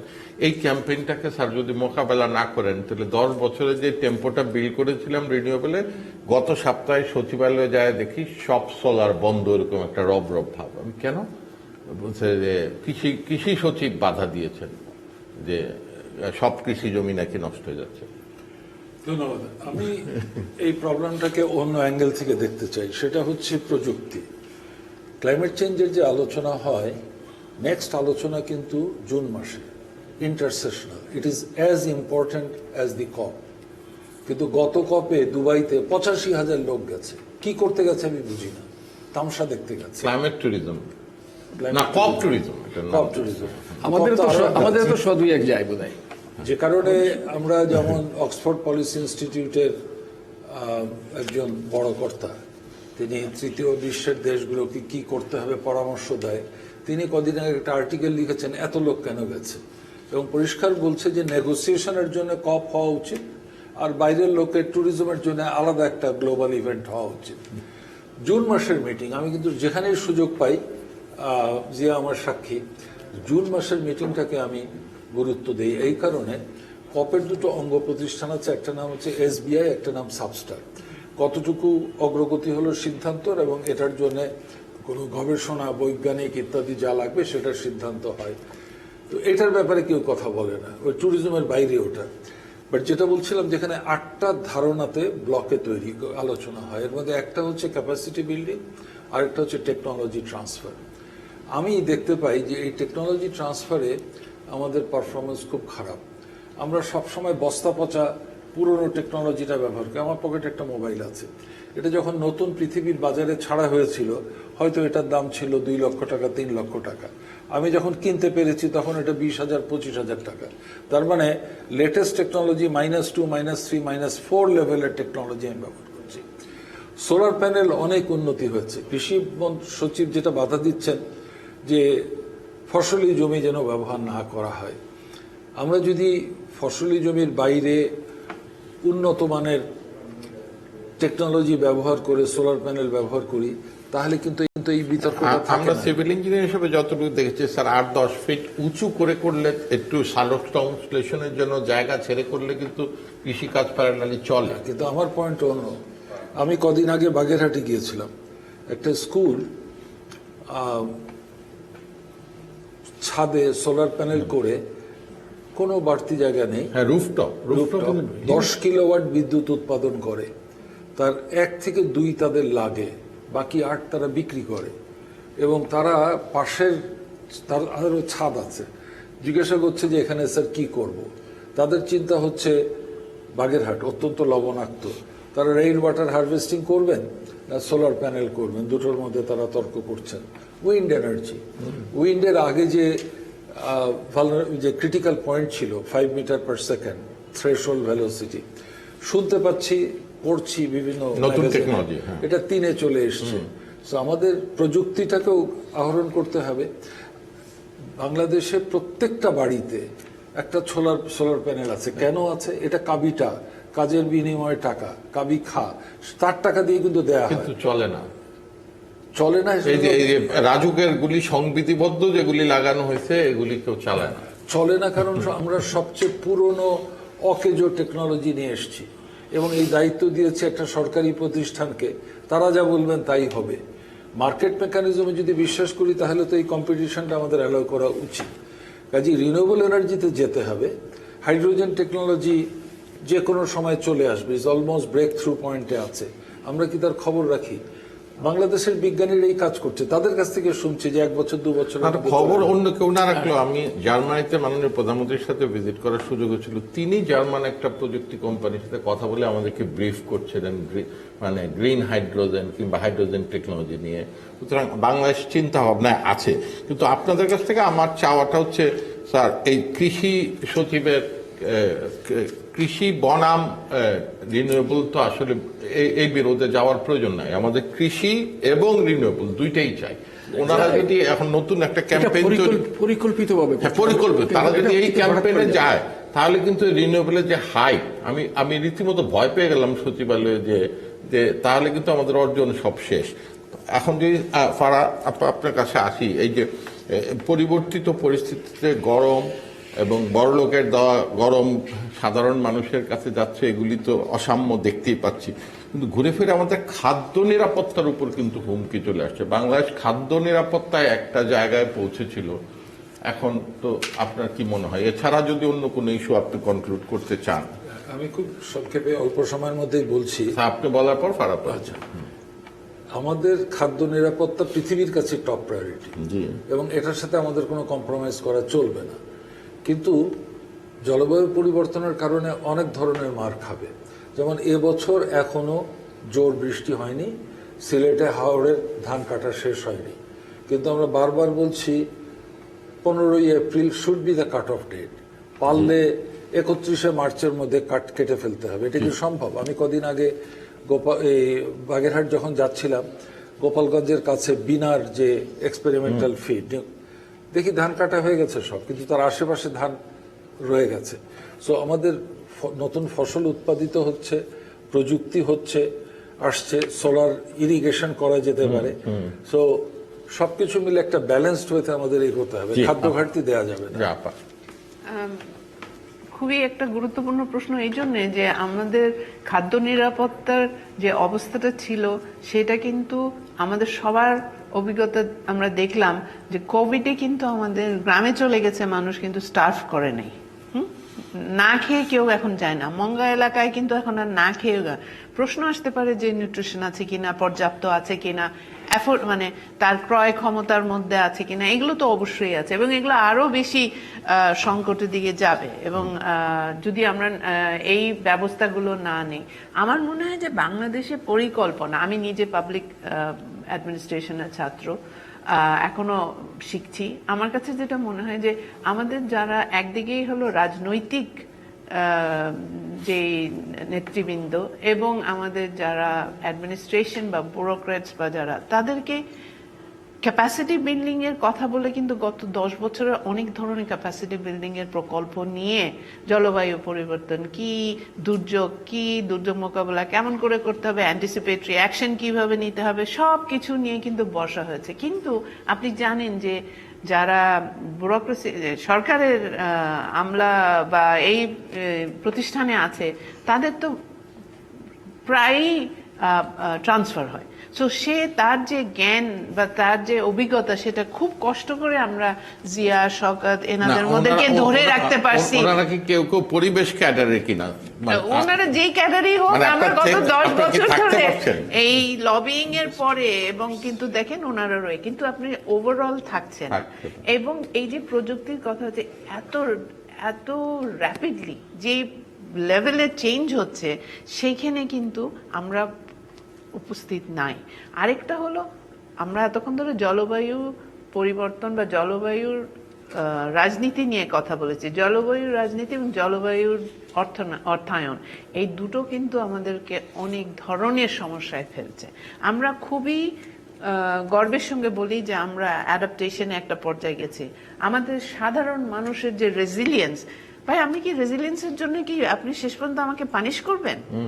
আমি বারবার অ্যাডপ্ট করে যাচ্ছি, কিন্তু আপনার কোনো রকম ভাবে পরিবর্তন আসবে না। আপনি ফসিল ফিউল থেকে সরবেন না, ব্যাংক আপনার ফসিল ফিউলকে সাবসিডি দিয়ে যাবে, বড় বড় কর্পোরেটকে দিবেন, আপনি যুদ্ধ চালিয়ে যাবেন। আপনি কি ব্যবহার করছেন যুদ্ধে আমরা বুঝতে পারছি না। ঘুরে ফিরে তো পৃথিবীর অপরাধীরা কিন্তু একটা গ্রুপে সীমাবদ্ধ হয়ে যাচ্ছে। যারা পরিবেশ দূষণ করছে তারাই যুদ্ধ বাজাচ্ছে, তারাই আমাদের বিরুদ্ধে যাচ্ছে।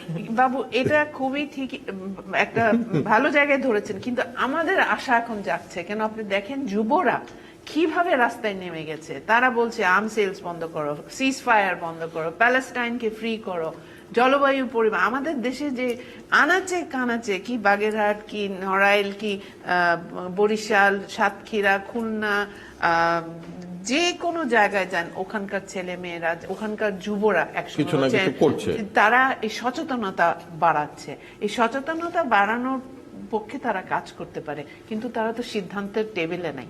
তারা ফান্ডিং জোগাড় কতটাই বা Funding করতে তো পারে? পরের কথা। আপনি কি ওনাদের সঙ্গে আলোচনা, জি। বা আমাদের নারীদের, আপনি যে বিষয়টা বলেননি সেটা হলো যে আমাদের যে মেয়েরা, নারীরা জলবায়ু পরিবর্তনের কারণে যেভাবে ক্ষতিগ্রস্ত হচ্ছে, আমাদের যে মানুষগুলো ডিসপ্লেসড হচ্ছে, আমরা চাই না যে বারবার তার ভিটামাটি, তার জায়গা থেকে, অবশ্যই উন্নয়নের জন্য সে অন্য জায়গায় যাবে। নারীদের ক্ষেত্রে তো জলবায়ু- যে কোনো অভিঘাত ডিসপ্রপোর্শনেটলি আঘাত করে, কিন্তু পরিবেশ বিপর্যয়টা আরো বেশি ভাবে আঘাত করে। অনেক বেশি। এবং আপনাকে যদি আমরা আমাদের যে তথ্যগুলো, আমাদের গবেষণাগুলো একেবারে তৃণমূল থেকে আনা, যে তাদের উপরে কি কি ধরনের তাদের স্বাস্থ্যের উপরে আছে, এতদিন লেগেছে, তারপরে গত কপে গিয়ে ক্লাইমেট এন্ড হেলথ করেছে, তার আগের এত বছরের অ্যাডভোকেসির পরে ক্লাইমেট এন্ড ইউথ সেশন করছে।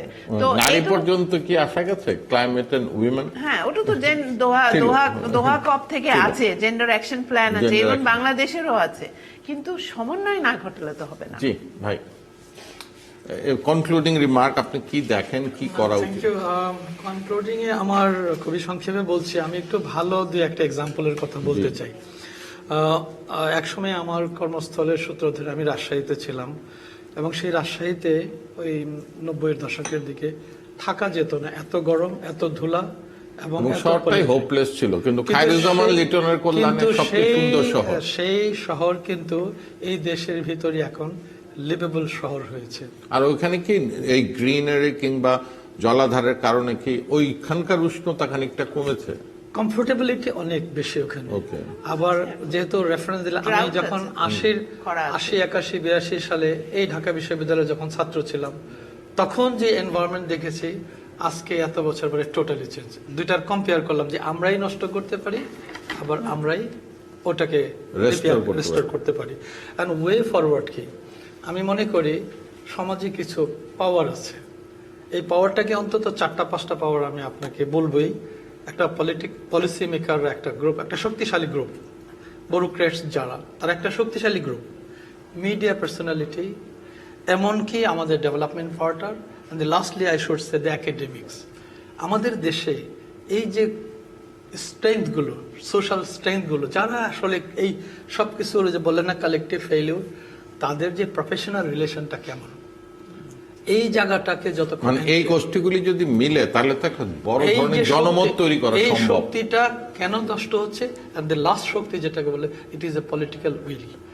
না, ইভেন পলিটিক্যাল উইল তৈরি করার পিছনে ওই শক্তিগুলো ভূমিকা রাখতে পারে। আমরা যদি ওয়ে ফরওয়ার্ডের কথা বলেন, আমরা নাই। না, কিন্তু আপনি কি মানবেন না যে এই শক্তি ছিল বলে তো বাংলাদেশ জলবায়ু পরিবর্তনের যেই স্টেজ, সেখানে গিয়ে সে একটা লিডারশিপ রোল হ্যাঁ, প্লে নিশ্চয়ই। করেছে? আমরা- অবশ্যই, এটা কিন্তু আমাদের কালেকটিভ এফর্ট। আমরা ভুল ত্রুটি যাই আমি করি, সেই শক্তিটাকে, এবং আমাদের পলিটিক্যাল লিডারশিপ এটাকে সিরিয়াসলি নেন, এবং বাংলাদেশ কিন্তু এক্ষেত্রে লিডার। তো সেই ক্ষেত্রে নট অনলি ক্লাইমেট চেঞ্জ ইস্যুটাকে, সামগ্রিক ডেভেলপমেন্ট ইস্যুটাকে যদি এই শক্তিগুলোকে আরো স্মুথ করা যায়, আরো ফ্রেন্ডলি করা যায়, এবং আরো যেটাকে বলে প্রোঅ্যাক্টিভ করা যায়, তাহলে প্রফেশনালিজম করা যায়, তাহলে আমরা অবশ্যই এখান থেকে কিন্তু পরিত্রাণ পেতে এইটা পারি। দায় দেখেন না পলিটিশিয়ানদেরকে। আমি বলি যে ভাই, আমাদেরকে আপনারা প্রফেশনালরা কিংবা যারা অ্যাডভোকেসি করেন, যা বুঝান মোটামুটি তো ঘুরে ফিরে তাই হয়। মানে পলিটিশিয়ানদেরকে আমরা মাঝে মাঝে ভুল বুঝাই না। আচ্ছা, ওই যে সেই জন্যই তো বললাম যে সম্পর্কটা, আমাদের সম্পর্কটাই তো প্রফেশনাল না। আর খাদ্য নিরাপত্তার কথাটা যদি আমাকে বলেন না, না, একই, আমি সবার একটা জন্য একই জিনিস, সমস্যা। আমি একটা জিনিস এখনো আমার মাথায় ঠিক ঢোকে না, আমি জানি না কিভাবে 41 সালের দিকে আমরা ডেভেলপ কান্ট্রি হতে যাচ্ছি। একটা ডেভেলপ কান্ট্রির চাহিদা কি থাকে? অনেক ডেভেলপ কান্ট্রির দিকে তাকালে তো আমরা বুঝতে পারি যে এই হবে তার চাহিদা। সেখানে আমার হাউজিং এ যেতে হবে, একটা ডেভেলপ কান্ট্রিজের হাউজিং, সেখানে একটা ডেভেলপ কান্ট্রিজের ট্রান্সপোর্ট যেতে হবে, তার ইন্ডাস্ট্রি, তার কমার্স এবং তার রিক্রিয়েশন। ওটা করার পরে আমার জমি থাকবে কতটুকু? তাহলে তো উল্টা করে ভাবতে হবে। Huge challenge. এই যে খাদ্য চাহিদা, লন্ডনে মানুষের এখন সব আছে, অর্থাভাবে নিজের এসি চালাতে পারে না, হিটার চালাতে পারে না, মানে কমিউনিটি হিটিং সেন্টারে যে বসে কফি খাচ্ছে এবং 4 ঘন্টা পাঠায় তাহলে আপনি বলেন খাদ্য নিরাপত্তা তো এমনি আমার কতটা ঝুঁকির মধ্যে, তারপরে এখন অনেক সয়েল সায়েন্টিস্ট বলছেন, তাদের কথা বা বিভিন্ন রিপোর্টে আসছে যে আমার ল্যান্ডেরও তো একটা প্রোডাক্টিভিটি আছে, যে পরিমাণে সার দিচ্ছে সেও তো একসময় বিট্রে করবে, সেও তো আর আপনি চাইলে হাই ভ্যারাইটিজ আর যেতে পারছেন না, কারণ তারও তো একটা ক্যাপাসিটি আছে। তো এই সবকিছু মিলে আমাদের একটা বড় না, এই সবকিছু মিলে কোনো সামগ্রিক পরিকল্পনা কি আমরা কোনোদিন কি আজকে 8 জন এরকম 80 জন কি কোনোদিন বসার চেষ্টা হয়েছে যে খাদ্য নিরাপত্তা থেকে মাটির উর্বরা শক্তি থেকে শুরু করে পরিবেশ, পানি? আমাদের এইটা বসার জন্য আমাদের যথেষ্ট টায়ারিং আছে। পার্লামেন্ট বসতে পারে, মিনিস্ট্রি বসতে পারে, একাডেমিক বসতে পারে, পলিসি মেকাররা বসতে পারে, আমাদের টায়ার তো সবই আছে, ফাংশনাল কিনা। জি, রফিক আজম, আপনার কাছে যদি শুনি কি ওয়ে ফরওয়ার্ড দেখেন? নিজের পেশা তো বটেই, আমরা তো মানে আমাদের যে ইন্ডিজিনাস যে কালচার, দক্ষিণ হাওয়ার বাড়ি, ক্রস ভেন্টিলেশন, ইভেন মাননীয় প্রধানমন্ত্রী একদিন বলছিলেন যে উপরের যে ভেন্টিলেটর গুলি আছে এখন নতুন আর্কিটেকচারে তো ওই ভেন্টিলেটরটাই বিলীন হয়ে গেছে, যে বাতাস ঢোকার ক্রস ভেন্টিলেশন তো কেউ চিন্তাই করতে পারে না। দক্ষিণ আর উত্তর পশ্চিম কি সবই তো বন্ধ। তো এই দিক, পানি, সব মিলে ওয়ে ফরওয়ার্ড কি দেখেন? ওয়ে ফরওয়ার্ড তো এই ভেন্টিলেটর বললে তো আর্কিটেক্টরা অত ছোট করে ভাবে না আসলে, এটা একটা ভুল ধারণা আর্কিটেক্ট সম্পর্কে। আর্কিটেক্টরা অনেক পুরো পৃথিবী ভেবে কাজ করার কথা, এটার প্রবলেম এডুকেশনের হয়তো হতে পারে। আমরা প্রথম যে কথাটা বলবো আমরা ভাবি যে আমাদের একটা ল্যান্ড আছে, কিন্তু সেই ল্যান্ডটা কিন্তু সলিড না, আমাদের ল্যান্ডটা একটা পানি। ডেল্টা তো একটা অংশ যদিও আমাদের, but it's the biggest delta the world, তাই না? কিন্তু আমাদের পারসেপশনে কিন্তু এটা সবসময় আছে, আমরা বোধহয় একটা জমিন আছে আমাদের, বাংলাদেশ টুকরা জমি না, আমাদের এক টুকরা পানি আছে। যদি আপনি ক্যালকুলেশন করেন, স্যার তো ক্যালকুলেশনের মাস্টার, বাট আমরা জাস্ট বোঝার জন্য কাজ করি। মানে অলমোস্ট বর্ষাকালে কিন্তু এটা 70-75% পানির নিচে অলমোস্ট চলে যায়, কখনো কখনো বেশিও যায়, একটু কমও যায় আপনার। সুতরাং আমি যদি ভাবি এটা একটা জমি, তাহলে যে ডেভেলপমেন্টটা হবে আমাদের, সেটা হচ্ছে অনেক ব্রিজ হবে, অনেক রাস্তা হবে, হ্যাঁ, গ্রাম শহর হবে, যেটা হচ্ছে এখন। ফলে হয়েছে কি, আমরা এই যে উষ্ণতা বলেন, জলবায়ুর যে আমাদের ইন্টারনাল লোকাল যে ইম্প্যাক্টটা, সেটা তো আগেই পাওয়া শুরু করেছে এবং গ্লোবালটাতে এসে হাজির হচ্ছে আপনার। তো এইটা আমাদের, এটা কিন্তু রিসোর্সও আমাদের, এই যে এত পানি আসে, এটা যে একটা শুধুই পানির আধার ছাড়া কিছুই না আপনার। কারণ আপনি জানেন উপরে 3টা বেসিন থেকে যে পানি আসে, এটা প্রায় 2.5 মিলিয়ন স্কোয়ার কিলোমিটার এরিয়ার পানি বাংলাদেশের ভিতর দিয়ে যায়। 145,000 square kilometre area is impossible একটা সিচুয়েশন, কিন্তু আমরা কখনো এটা মেনে নিতেই পারি না। তার মানে আমাদের পারসেপশনের প্রবলেম আছে। এইটা প্রাইমারি এডুকেশন দেখেন, বাংলাদেশের সবচেয়ে করাপ্ট মিনিস্ট্রি হচ্ছে এডুকেশন অ্যান্ড হেলথ আপনার। তো যেটা হওয়ার কথা সবথেকে ফ্রেশ ভালো প্রাইমারি এডুকেশন হচ্ছে, যেখানে এই বিষয়গুলো পড়ানো হচ্ছে বাচ্চাদের, যে ক্লাইমেট তো একদিনের বিষয় না, ওরা বড় হচ্ছে শিখতে শিখতে যে কিভাবে জীবন চালাতে হয়, কিভাবে দেশ চালাতে হয়, কিভাবে পৃথিবীর সাথে কথা বলতে হয় ক্লাইমেটটাকে সুষ্ঠু করার জন্য। তাহলে এখান থেকে আশা নাই আমাদের, জিরো। আমরা অন্ধকারের দিকে যাচ্ছি। করাপ্ট, সব থেকে করাপ্ট মিনিস্ট্রি, কি করবে তারা, কেন করাপ্ট হচ্ছে সেটাও আপনারা হয়তো কিছুটা জানেন। আমি কিছুটা কাজ শুরু করেছি ওদের সাথে, আমি টের পাচ্ছি। আর উল্টো দিকে আমাদের নিজেদেরও কোনো পারসেপশন নাই নিজের দেশ সম্পর্কে। ফলে আপাত দৃষ্টিতে যে প্রোটেকশনগুলো যেগুলো নেওয়ার কথা, যেগুলো এত আলোচনা হচ্ছে, এত চেষ্টা চলছে, তার রেজাল্ট পাচ্ছি না। কারণ ওই যে আপনার আলোচনা হচ্ছে, কিন্তু করতে গেলে অ্যাসেট কি, রিসোর্স কি, মানুষের নলেজ একটা রিসোর্স, কিন্তু তাদেরকে মোটিভেট করা যায়। আমাদের এই যে এই তাপটা কিন্তু অনেক কাজে আসতে পারতো আপনার, যদি আমরা এটা বুঝতাম যে এটাকে 2 ডিগ্রি কমাতে পারলে তাহলে কিন্তু ফসল মরে যেত না, আপনার মানুষের স্বাস্থ্যহানি ঘটতো না। এটা তো ক্যাসকেডিং ইম্প্যাক্ট আছে আপনার, জানেন তো। আপনার 6 ডিগ্রি তাপ যখন বাড়বে পৃথিবীর, তাহলে সায়েন্টিস্টরা বলছে এই পৃথিবী এক্সিস্ট করবে না, মানে বসবাসের থাকবে না, আরো কেউ থাকবে। এবং তারা ডিসাইড করেছে 1 ডিগ্রির নিচে থাকতে হবে, মানে আগামী বছর 2030 1 ডিগ্রি 0.5 or something 0.7, এর বেশি যাওয়া যাবে না। হ্যাঁ, সেখানে ঢাকার টেম্পারেচার দেখেন আপনার, এবং অনেক শহরের টেম্পারেচার কিন্তু প্রায় 1.5 ডিগ্রি 1 ডিগ্রি উপরে চলে গেছে আপনার। তো এটা কিন্তু সাস্টেনেবল না। তাহলে এটা একটা কম্প্রিহেন্সিভ এফোর্ট হবে, যেটা বাচ্চাদের স্কুল থেকে শুরু করে চলতে থাকবে। আর এদিকে আপাত দৃষ্টিতে আমাদের দৃষ্টিভঙ্গি পাল্টাতে হবে। এটা পানির একটা জায়গা পুরোটা, এবং সেখানে কিভাবে বিহেভ করবেন আপনি, সেই বিহেভিয়ার প্যাটার্ন চেঞ্জ হবে, এবং ইনভেস্টমেন্ট সেভাবে হবে। জি ভাই, আপনাকে বিষয় হলো যে আমাদের কার্যক্রমগুলো যেটা হচ্ছে এটা সমন্বিতভাবে হচ্ছে কিনা এটা বড় প্রশ্ন। আমাদের অনেক সাকসেস স্টোরি আছে। আমাদের গত 10-15 বছরে আমাদের কিন্তু অভিযোজন খাতে অনেক সাকসেস স্টোরি আছে। আমাদের কিন্তু এই যে মিটিগেশনের ক্ষেত্রেও কিন্তু আমাদের প্রায় 60 মিলিয়ন সোলার হোম সিস্টেম করা হয়েছে, the biggest in the world. অনেক কিছু আছে। এখন যেমন আমাদের কিন্তু ওই যে বলা হচ্ছে যে আমাদের ভেজিটেশন নাই, আমাদের কিন্তু বিখ্যাত যা গাছ আছে, ভেজিটেশন আছে, এরিয়া কিন্তু অনেক বেড়েছে। প্রায় আমাদের এখন 20%, আমাদের এলাকা 20% কিন্তু বৃক্ষে আচ্ছাদিত গাছ। কিন্তু আমাদের ফরেস্ট এরিয়া কমেছে, যেটা ক্লাসিফাইড ফরেস্ট, সেটা কমেছে। তো কিছু আছে, কিন্তু বিষয়টা হলো যেটা সব জায়গায় প্রশ্নটা আসছে যে আমরা সমন্বিতভাবে সবাইকে নিয়ে কাজটা করতে পারছি কিনা। আলাদা আলাদাভাবে হচ্ছে, আমাদের বিভিন্ন মন্ত্রণালয়ে তারা কাজ করছেন, কিন্তু সমন্বিতভাবে যেটা আপনি একটু আগে বললেন, সবাইকে বসে এক জায়গায় করে তারপরে যদি আমরা কার্যক্রমগুলো নেই, প্ল্যান করি, প্ল্যানটা বাস্তবায়ন করি, তাহলে আমরা দেখাতে পারবো আমরা ভিজিবল। এটা একটা 8-10 দিনের একটা লম্বা সিরিজ সেমিনারের মাধ্যমে একটা জায়গায় তো নেশন হিসেবে আমাদের যাইতে হবে। কপের কথা বাদই দিলাম। এই জিনিসটাই আমাদের বর্তমান আমাদের মন্ত্রণালয় চেষ্টা করছেন, মন্ত্রী মহোদয় চেষ্টা করছেন যে আমরা মুখে বলছি যে হোল অফ দি গভর্নমেন্ট অ্যাপ্রোচে যেতে হবে, কিন্তু আসলে হোল অফ দি গভর্নমেন্ট অ্যাপ্রোচটা কি এবং সেটা কিভাবে কার্যকর হয় সেই চেষ্টা উনি করছেন। এবং আমরা কিন্তু অনেক কাজ করছি, কিন্তু অনেকে দেখাতে পারি না যে আসলে এটা ইম্প্যাক্টটা কি। ইম্প্যাক্টটা দেখানো যাবে যদি সবাই মিলে এক জায়গায় বসে করতে পারে। মানে ঘটনা ঘটেছে 1000 বছরে, ইম্প্যাক্ট দেখাইতে তো 50 বছর লাগবে। একদিনে তো আপনি কোনো পরিবর্তন দেখাতে পারবেন না, কিন্তু এটা একটা ট্রেন্ড দেখা যেতে পারে। ইকবাল হাবিব, আমি প্রথমেই কিছু অভিযোগও তুলেছিলাম, সেগুলির উত্তর দিবেন আর ওয়ে ফরওয়ার্ডটা। ওকে, প্রথমে একটু বলে রাখি, অভিযোগটা খুব অল্প পয়েন্টেই শেষ করব, কারণ মনে রাখতে হবে পুঁজি নির্ভর মানসিকতায় সবকিছু পুঁজি ভিত্তিক দেখার যে তীব্রতা, সেটা আজকের পরিণতির অন্যতম দায়। এবং আপনি একটা প্রকল্প এবং হাতির ঝিলের কথা বললেন, প্রকল্পটি অর্থাৎ এলিভেটেড এক্সপ্রেসের প্রকল্পকে জন্মলগ্ন থেকে যারা অস্বীকার করেছে বা প্রতিবাদ করেছে আমি তাদের একজন। কিন্তু প্রকল্পটা যখন হাতির ঝিলের উপর দিয়ে যায়, তখন মাননীয় প্রধানমন্ত্রী ডেকে বললেন তার নিচের অংশটুকু ফেরত আনো জনকল্যাণে এবং জীববৈচিত্র্য নিয়ে।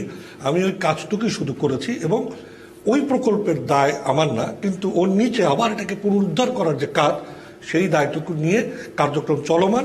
আশা করছি প্রকল্পটি যাই ক্ষতি করুক না কোনো, যতটুকু মিটিগেশন করা সম্ভব as an architect we are doing it. আমি আপনাকে 3টা প্রেক্ষাপট বলে আমার সমাধানের যাত্রাটা বলবো। গত 15 বছরে 2.6% হারে আমরা বন উজাড় করেছি। 17 বছরে 66 বর্গ কিলোমিটার গ্রীষ্মকালীন বন ধ্বংস করেছি এবং 1973 থেকে 2024-এর মধ্যে 27 সুন্দরবনের বন আমরা ধ্বংস করেছি। এটা আমার না, এগুলি বিভিন্ন সংস্থার রিপোর্ট থেকে বলছি। শুধু ঢাকার কথা যদি বলি, এই ঢাকায় 129টি ওয়ার্ডের মধ্যে 41টি ওয়ার্ডে কোনো খেলার মাঠ নাই। এবং একই সঙ্গে আমরা ক্রমাগতভাবে সবুজায়নের পাশাপাশি জলাধারের যদি শুধু ঢাকার কথা বলি, গত 28 বছরে 75%, 74.68% জলাভূমি চোখের সামনে হিসাব করে হারিয়েছি। কারণটা কি? কারণটা হচ্ছে একটা ভুল নগর দর্শন, প্রান্ত নগর দর্শন, এবং 50% মানুষ নগরে চলে যাবে। এই প্রান্ত নগর দর্শন সারা বাংলাদেশে ছড়িয়েছে। ঢাকাকে অনুকরণ, এমন অনুকরণ যে খারাপটাই অনুকরণ করা, এটা কিন্তু সমস্ত ময়মনসিংহ যান, কুমিল্লা যান, নোয়াখালী যান, ধ্বংস। এবং একই সঙ্গে স্বার্থপরতার সংস্কৃতিকে প্রণোদিত করেছি। আমরা মনে করছি এটাই বোধহয় গাড়ি নতুন কিনলাম মানে এটা আমার প্রদর্শন, আমার সামর্থ্য না। আমি এসি লাগানো মানে আমার সামর্থ্য না। পরশুদিন প্রথম আলোতে অ্যাডভার্টাইজমেন্ট করছে, এখন কিন্তু গ্রামেও এসি লাগাচ্ছে। আমি ভয়ঙ্করভাবে আত্মগ্লানিতে ভুগেছি যে কিরকম নগর, কিরকম শহর, কিরকম দেশ তৈরি করার চেষ্টা, কিরকম গ্রাম যেখানে এসি লাগাইতে হয়। কিন্তু এখনো 6 থেকে 8 মাস প্রকৃতি বান্ধব নগরায়ন এবং ভবন নির্মাণের সামর্থ্য আমাদের পরিকল্পনা এবং স্থপতিতে রয়েছে, কিন্তু অন্তর্ভুক্তিতার প্রতি প্রবল অবহেলা এই নগরীতে এখন বিরাজমান। ডে বাই ডে এটা আরও বাড়ছে। ফলে স্বার্থটা ওই সামর্থ্যবান এবং অসামর্থ্যবানের মধ্যে বিভেদ সৃষ্টি করছে। হচ্ছে না কেন হচ্ছে না? আমি সবাই জানি, আমি সংখ্যাটা বলি তাহলে পরিষ্কার হবেন। এই নগরীতে ঢাকায় 94% ভবন অননুমোদিত। যত ভবন দেখেন তার 94% ভবন হয় অনুমোদন নেই অথবা নিয়ে ব্যর্থ করে। তাহলে আর্কিটেক্ট কি করবে? পরিকল্পনাবিদ কি করবে? ড্যাপ পাস হয়েছে, সেই ড্যাপের এক বিন্দু কার্যকর, অর্থাৎ পদক্ষেপ নেওয়া হচ্ছে, একটা পদক্ষেপ এখন কিন্তু নেওয়া হয়নি। থার্ডটা যদি বলি, ভয়ঙ্কর দর্শন। বাংলাদেশ ন্যাশনাল বিল্ডিং কোড 2010 সাল অনেক চেষ্টা করে তারপরে আমরা হয়েছে। একসঙ্গে সবাই কাজ করেছেন। ন্যাশনাল বিল্ডিং কোডের মূল দায়িত্ব যারা করবে, BRA, বিল্ডিং রেগুলেটরি অথরিটি, আদ্যবধি তৈরি করা হয় নাই। জি, কিসের কথা বলছেন? আমি বলছি প্লিজ, আমাদের এই যে 3টা কারণ বললাম, 3টা কারণের বিপরীতে দাঁড়িয়ে পরিকল্পিতভাবে যেতে হবে। আমেরিকার পরিকল্পনার দরকার নেই, তার জমি অসংখ্য। ইউএইর পরিকল্পনার দরকার আছে কিনা অবশ্যই এবার বৃষ্টির পরে বুঝছে যে রাখবে, কিন্তু তার তো জমির কোনো অভাব নাই। আপনি যে রফিক আজম যা বলছেন, বাধা নিতে হবে। উনি তো বলছেন আজকে 40 বছর ধরে আমার যতটুকু জমি, সে কৃষি নিরাপত্তা তৈরি করে, পরিবেশ বান্ধবতা নিশ্চিত করে, সকলের অন্তর্ভুক্তিতা নিশ্চিত করে, পরিকল্পিত যাতে আমার জন্য সবচেয়ে বেশি দরকার, বিজ্ঞান মনস্ক সমাধান সবচেয়ে বেশি দরকার, কিন্তু সেখানে যেটা দরকার প্রকৃতি নির্ভর সমাধান। আমার বাংলাদেশ প্রকৃতি নির্ভর সমাধানের উদাহরণ ছিল যুগে যুগে, বছরকে বছর। ইতিহাস দেখেন, করার বচন দেখেন, নারীরাও সেখানে বিরাট ভূমিকা পালন করতে বলেই করার বচন এখন আমরা হৃদয়ে ধারণ করি। আমি মনে করি সেই জায়গায় যে কার্যকর করতে পারছি না, সেখানে সরকারের যন্ত্র, প্রধানমন্ত্রীর নির্দেশনা ও বৃদ্ধাঙ্গুলি দেখাতে কুণ্ঠা করে না। তারা বিশ্লেষণ করে এভাবে গ্রাম আমার শহরকে বলে, গ্রামকে শহর বানাইতে বলছে। নো, গ্রামকে শহরের সুবিধা নিয়ে গ্রামকে আরো প্রবলভাবে প্রকৃতি নির্ভরতা আনার কথা বলা হয়েছে। সব কিছুর সমন্বয় বাস্তবায়ন না করার মধ্যে দিয়ে অন্যের দিকে জলবায়ু, বৈশ্বিক উষ্ণতা, বিদেশে টাকাতে নিয়ে অমুকটা তমুকটা করে নিজের গ্লানি, নিজের দোষ অন্যের উপর চাপিয়ে দিয়ে যাওয়ার সংস্কৃতি, সেখান থেকে ঘুরলেই আমরা অনেক সহনশীল জায়গা দিতে পারবো। ধন্যবাদ ইকবাল আপা। আসলে আমি একটু আশাবাদী, মানে আশাবাদী এই অর্থে যে পরিবর্তনগুলি দেখি, যেহেতু পরিবেশ নিয়ে আমি স্যারদের মতো সময় না, আরো কিছু পরের থেকে কাজ করছি, পরিবর্তনগুলি এইভাবে দেখি যে আমরা আসলে হোল অফ সোসাইটি যেমন বলি, আবার হোল অফ গভর্নমেন্টও বলি। এখন ওই যে সমাজের যে ইনক্লুশন, সোশ্যাল ইনক্লুশন, এইটা অন্তর্ভুক্তিমূলক সমাজ গঠনে যেটা আমরা বহুদিন ধরে বলে আসছি, সেটা কিন্তু আমি গত 10-12 বছরে দেখছি। সরকারের সাথে কিন্তু বেসরকারি সংস্থাগুলি সচিবালয়ে প্রবেশ করা বা তাদের সাথে বিদেশে যাওয়া, এটা কিন্তু খুব কম ছিল। এটা আপনি যদি বলেন থার্ড IPCC-তে যাওয়া বলেন, কপে যাওয়া বলেন, সব জায়গায় কিন্তু আমরা তাদের কণ্ঠস্বরটা শুনতে পাই, এবং অ্যাডভোকেসির যে একটা মূল্য আছে সেটাও দেখতে পাই। এই জন্যই কিন্তু বাংলাদেশের কৃষি ব্যবস্থার মধ্যে একটা বিপ্লব এসছে। এবং আমি যদি বলি যে আমাদের 6th অ্যাসেসমেন্ট রিপোর্টে ভারত, শ্রীলঙ্কা, পাকিস্তান, বাংলাদেশ এরা অনেক ক্ষতিগ্রস্ত হবে বলা আছে, এবং ইরাটিক বিহেভিয়ার অফ রেইনফল সেটা আরো আগে থেকেই বলা হচ্ছে, বন্যা, ঘূর্ণিঝড় এগুলির প্রবণতা এগুলি বেড়ে যাবে বলা আছে। তো সেই ক্ষেত্রে হিট অ্যাকশন প্ল্যান যেটা ভারতের শহরগুলিতে কিন্তু নেওয়া হয়েছে, তো বাংলাদেশে এরকম হিট অ্যাকশন প্ল্যানটা আমরা এখনো শুনিনি। যদি আমরা ওইটা করি, যেমন আমরা কোল্ড ওয়েভের জন্য, শৈত্যপ্রবাহের জন্য কিন্তু বাংলাদেশ ভালো কাজ করেছে। আর হিট রেজিস্ট্যান্ট যে এগ্রিকালচার বা তাপ সহিষ্ণু যে কৃষি, সেটা কিন্তু বাংলাদেশে শুরু হয়েছে। এই কথাগুলি আমরা এখন, আমাদের যেটা দরকার, আমরা ঘূর্ণিঝড়ের জন্য যেমন আগাম সতর্ক বার্তা দিই, আমাদের এই গরম সম্পর্কে কিন্তু অত আগে দেয়া হয় না। আবহাওয়া বার্তার মতো এটা দেওয়া সম্ভব, এবং এটা দেয়া সম্ভব। এটা বিশ্বের অন্যান্য দেশে অনেক আগে থেকেই সিজনাল যে একটা প্রস্তুতি থাকে সেটা দেয়া হয়। যেহেতু আমরা দুর্যোগ প্রস্তুতিতে আসলেই ভালো, তা আমি মনে করি যদি এটা, যেহেতু পরিবেশ তাপপ্রবাহকে বেশি পরিবেশ মন্ত্রণালয়কে দেখা হয়, আজকের আলোচনায় যদি দুর্যোগ ব্যবস্থাপনা ও ত্রাণ মন্ত্রণালয় এখানে থাকতো তাহলে আরো একটু, এমনকি কৃষি মন্ত্রণালয়, কারণ আমাদের কৃষি নির্ভর দেশ এখনো। আমাদের অ্যাগ্রো বেসড যেটা ফার্মিং, ফরেস্ট বেসড ফার্মিং, সেটাকে যদি আমরা নিয়ে আসি, আবারও আনতে পারি, এবং দেখেছি আমরা যেটি হচ্ছে মানুষ চেষ্টা করছে, এবং লোকায়ত জ্ঞানের কথা বলা হয়েছে। এখন আমি যদি ঢোল কলমি গাছ কেটে তারপরে বলি যে এখানে আপনি হাওর এলাকাতে একটা ফ্লাড প্রোটেকশন ওয়াল তৈরি করেন, বিদেশিরা অনেক টাকা দিয়েছে, ওটা যেন আমরা বাংলাদেশি হয়ে না মেনে নেই। আমরা যেন ওই লোকায়ত জ্ঞান, ওই প্রজাতি, যেই প্রজাতি আমার যেই পরিবেশ, এটা বলে আসতেছি। আমার লেখালেখি প্রচুর আছে এগুলি নিয়ে, এমনকি ভুবন চিলের কথাও বলা আছে। চিল আমরা দেখি না, কোন গাছে ভুবন চিল বসে? তেলসুর গাছে বসে। সেই তেলসুর গাছ ঢাকা বিশ্ববিদ্যালয় ছিল, আমি তখন শিক্ষার্থী ছিলাম, যখন ওইটা পরিষ্কার করে হচ্ছে ভবন চিলগুলি পড়ে গেল, ডেইলি স্টারে একটা রিপোর্ট এসেছিল। আমি শিক্ষক, মাত্র শিক্ষক, আমার একজন শিক্ষার্থী ওটা কোলে করে আমাদের কাছে এসেছিল যে এই গাছগুলি কাটতে আমরা বাধা দিব। তাহলে আমাদের অভ্যন্তরীণও যে সচেতনতাটা সেটাও বাড়াতে হবে এবং দেখতে হবে যে ক্ষতিগ্রস্ত হচ্ছে মানুষের স্বাস্থ্য। তাপপ্রবাহে কোল্ড ওয়েভে এতটা ক্ষতি হয় না, তাপপ্রবাহে হিটস্ট্রোকের পরিমাণ আসলে 13.6 ভাগ আমি গতকাল না পরশু দেখেছি। এবং সেটা যদি কৃষি, প্রতিবেশ ব্যবস্থা, এই তিনটাকে একসাথে করে আমাদের তাপপ্রবাহ, পরিবেশ। খলিল ভাই কথা বলার আগে আমি একদম ঘড়ি ধরে, জি, আমাদের মন্ত্রণালয়গুলো যেভাবে কাজ করে প্রত্যেকটা মন্ত্রণালয়ের একটা রুলস অফ বিজনেস আছে, ওই সচিব কি করবেন সেটা লেখা আছে। এইগুলোর প্রত্যেকটা পরিবর্তন করা প্রয়োজন। জিয়াউল হক যে কথা বললেন যে বর্তমান পরিবেশ মন্ত্রী, আমি তার সাফল্য কামনা করছি, কিন্তু তিনি আন্তঃমন্ত্রণালয়ে মিটিং করছেন। উনি যখন পরিবেশের সচিব কিংবা উনি মিটিং করছেন তখন অন্য মন্ত্রণালয় থেকে আসছে ডেপুটি সেক্রেটারি, জয়েন্ট সেক্রেটারি, তারা শুনে বাড়ি চলে যায়। এটা হবে না। কাজ যদি করতে হয় ডিসিশন মেকারকে আসতে হবে। রুলস অফ বিজনেস বদলে এই কোঅর্ডিনেশনটা রুলসে ঢুকাতে হবে। থ্যাংক ইউ স্যার, কনক্লুড করুন। আমি আন্তর্জাতিক পরিমণ্ডলের একটি কথা বলি, আমার নিজের কথা না, অ্যান্টোনিও গুতেরেসের কথা দিয়ে শেষ করব। সেটা হচ্ছে উনি বলেছেন শার্মাল শেখে, we are on a highway to climate hell and our feet are on the accelerators. এবং তারপরে অবশ্য বলেছেন humanity must cooperate or perish. তার কথা কেউ শুনে না, তার কথা শুনতে হবে, শুনলেই বিশ্ব পরিবর্তিত হবে, না হলে হবে না।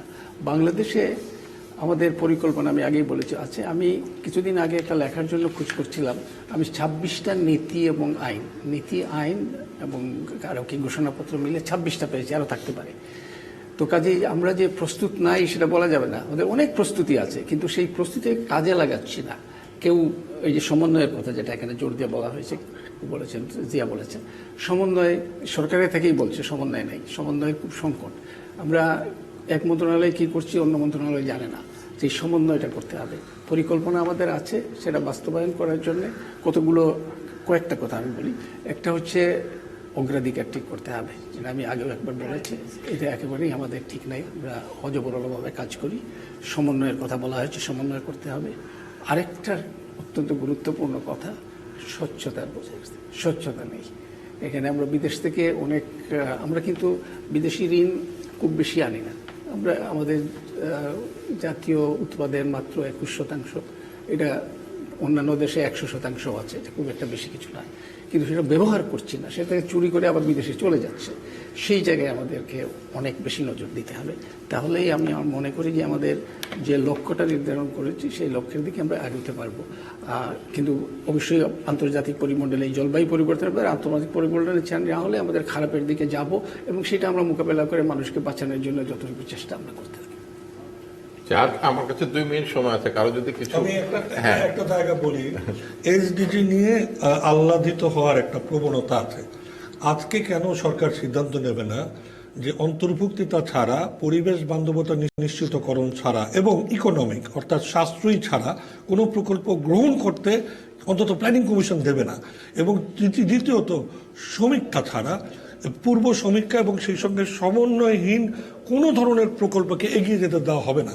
এবং সবশেষে অবশ্যই মনে রাখা দরকার যে অ্যাক্ট, যে নীতি এবং অন্যান্যগুলি তৈরি করা হলো, তার অন্তর্ভুক্তিতায় সকল অবৈধতাকে বৈধতার মধ্যে আনার কাজটুকু আমরা প্রাধান্য দিব না কেন, এই 3টা কাজ কিন্তু অত্যন্ত জরুরি। আধা সেকেন্ড স্যার, টেকসইয়ের কথা বললেন যে সবকিছু নিতে হবে, পরিবেশ নিতে হবে ইত্যাদি, কিন্তু আমাদের যে মানুষের মধ্যে সাম্য যেটা, সেটা কিন্তু এখানে আছে। অন্তর্ভুক্তি ওটা খুবই জরুরি। ঠিক আছে, বলুন। আমাদের যে ডেভেলপমেন্ট ফিলসফি, এটাকে পরিবর্তন করতে হবে এবং যে কোনো ডেভেলপমেন্টের আগে প্রায়োরিটি দিতে হবে আমার পরিবেশকে বাঁচিয়ে ডেভেলপমেন্ট। এখন হলো যে আমাদের আসলে গত অনেক বছরে, গত 10-12 বছরে ভালো কাজ হয়েছে, বেশ কিছু পরিবেশে ব্যত্যয় ঘটেছে, পরিবেশে বিপর্যয় হয়েছে, সেগুলো রিভার্স করার চেষ্টা হচ্ছে। যেমন আমাদের ডিফরেস্টেশনের একটা বড় কারণ হলো জবরদখল, আমাদের বনভূমি জবরদখল হয়ে যাচ্ছে, খালের ক্ষেত্রেও তাই। তো এগুলোকে আবার রেস্টোর করার চেষ্টা হচ্ছে। যেমন আমরা গত 1 বছরে আমরা 25,000 হেক্টর বনভূমি আমরা জবরদখল থেকে উচ্ছেদ করেছি, ফেরত নিতে পেরেছি। এটা আবার এখন ফরেস্টের আওতায় চলে আসছে এবং এটা সংরক্ষণ হবে। এরকম খালের ক্ষেত্র হচ্ছে। তো কোনো কোনো জায়গায় যেগুলো সম্ভব রিভার্স করা সেই চেষ্টা শুরু হয়েছে এবং আশা করছি আগামীতে বেশ ভালো কিছু আমরা উদাহরণ দেখাতে পারবো। আমি সে একটা শব্দে বলতে চাই যে করাপশন যখন নাম্বার 1 বেঞ্চের সামনে বসে থাকে তখন যত কিছু ইনোভেশন অল গন। আপনার কাছে অনুরোধ থাকবে আরো এরকম আয়োজন করবেন সচেতনতা বাড়াবার জন্য, এবং আমাদের দেশের যে নারী যুব তাদের চিন্তা ভাবনা, তাদের দৃষ্টিভঙ্গিকে এখানে আনার জন্য, কেন তারা যেন ইনফ্লুয়েন্স করতে পারে, তাদেরকে সেই সুযোগটা দেওয়া হচ্ছে না। অর্থনৈতিক কাঠামোগত ক্ষতি সব সময় চোখে দেখা যায়, সামাজিক এবং যেই ডিপ লেভেলে যে ক্ষতিগুলো হচ্ছে এগুলো চোখে দেখা যায় না। এবং ক্লাইমেট চেঞ্জের কারণে শিক্ষা নষ্ট হচ্ছে, মেন্টাল হেলথ নষ্ট হচ্ছে, বাল্যবিবাহ বাড়ছে। ক্লাইমেট চেঞ্জের কারণে আমি 1+1 করছি না, কিন্তু ওটার একটা ইম্প্যাক্ট পড়ে, এটা অস্বীকার করা যায় না। So please more dialogues. আমার একটাই পয়েন্ট এই শেষে, monitoring, evaluation and learning. This must be integral part of any project, whether আমাদের এরকম একটা ডিভিশনও ছিল, আমাদের অনেকের প্রস্তাব ছিল এটা একটা পূর্ণাঙ্গ মন্ত্রণালয় হওয়া প্রয়োজন। দরকার নেই, যেটা আছে যথেষ্ট। আইএমইটি যেটা আছে, কিন্তু যে পদ্ধতিতে তারা মনিটর করে, ক্লাইমেট চেঞ্জে 2015 সনের যে প্যারিস এগ্রিমেন্ট তাতে বলা আছে এই মেথডে মনিটর করতে হবে, সেটা ফলো করতে হবে। আমি বলছিলাম এখানে পুঁজিবাদের কথা বলেছিল, আমরা এখন ব্যক্তি সর্বস্ব হয়ে গেছি, নব্য উদারতাবাদের মধ্যে আছি। এখন আমরা যে সাম্যের কথা বলছি, সবকিছু বলছি, এটা তো আসবে না। এখন নিষাদ চাইবে যে তার সবকিছু বজায় থাকবে, আমি চাইবো আমার সব বজায় থাকবে, কারো কিছু আমি এই জায়গা থেকে তো আমাদের বাইর হওয়ার জন্য ক্যাম্পেইন করা একটা শুরু করা উচিত। জি, আমরা সবার কাছ থেকে শুনছিলাম আসলেই তাপপ্রবাহ, সেই সাথে সংযুক্ত হচ্ছে পরিবেশ দীর্ঘমেয়াদে, এবং জলবায়ু পরিবর্তন ছাড়াও যে মনুষ্য সৃষ্টি যে কাজগুলি হচ্ছে সেগুলি সবগুলি আমরা যদি সামগ্রিকভাবে বিবেচনা করতে না পারি। আমি রফিক আজম, আমার বন্ধু, তার স্থপতি রফিক আজম এবং ইকবাল হাবিব, তাদের কথা দিয়ে যদি শুরু করি, আমাদের কোর স্ট্রেংথের জায়গাটা হচ্ছে আমরা আমাদের আরব দেশের মতো তো এমন নয় যে আমাদের পানি নেই। সো আমাদের পানিটা আমাদের সম্পদ, এই পানিটাকে সংরক্ষণ করতে হবে এবং প্রায়োরিটি, আমরা যে অগ্রাধিকারের কথা বলছিলাম, নদীগুলিকে ড্রেজ করে পানিগুলি ধরে রাখা, ওয়াটার লেভেল নেমে যাচ্ছে তার কোনো প্রতিকার করা, এই পানি নির্ভর একটা সমাধান। এবং তার সাথে নিশ্চয়ই পানি থাকলে সবুজেরও আধিক্য বাড়বে। আমরা যদি চিন্তা করতে পারি, অবশ্যই তার সঙ্গে নবায়নযোগ্য জ্বালানির যেই যাত্রা শুরু হয়েছিল তা যেন কৃষি জমি নষ্ট হয়ে যাচ্ছে এমন ধোঁয়া তুলে বন্ধ না হয়। এখানেও স্যাররা বলছিলেন প্রযুক্তি রয়েছে যা কৃষি জমি নষ্ট না করেও নবায়নযোগ্য জ্বালানি আমাদের উপহার দিতে পারে। সবার উপরে বাংলাদেশ খাদ্য নিরাপত্তার চ্যাম্পিয়ন একটি দেশ, এটাকে নষ্ট করলে আমাদের যা যা অর্জন সব একবারে আবার শূন্য থেকে শুরু করতে হবে। সকলকে ধন্যবাদ।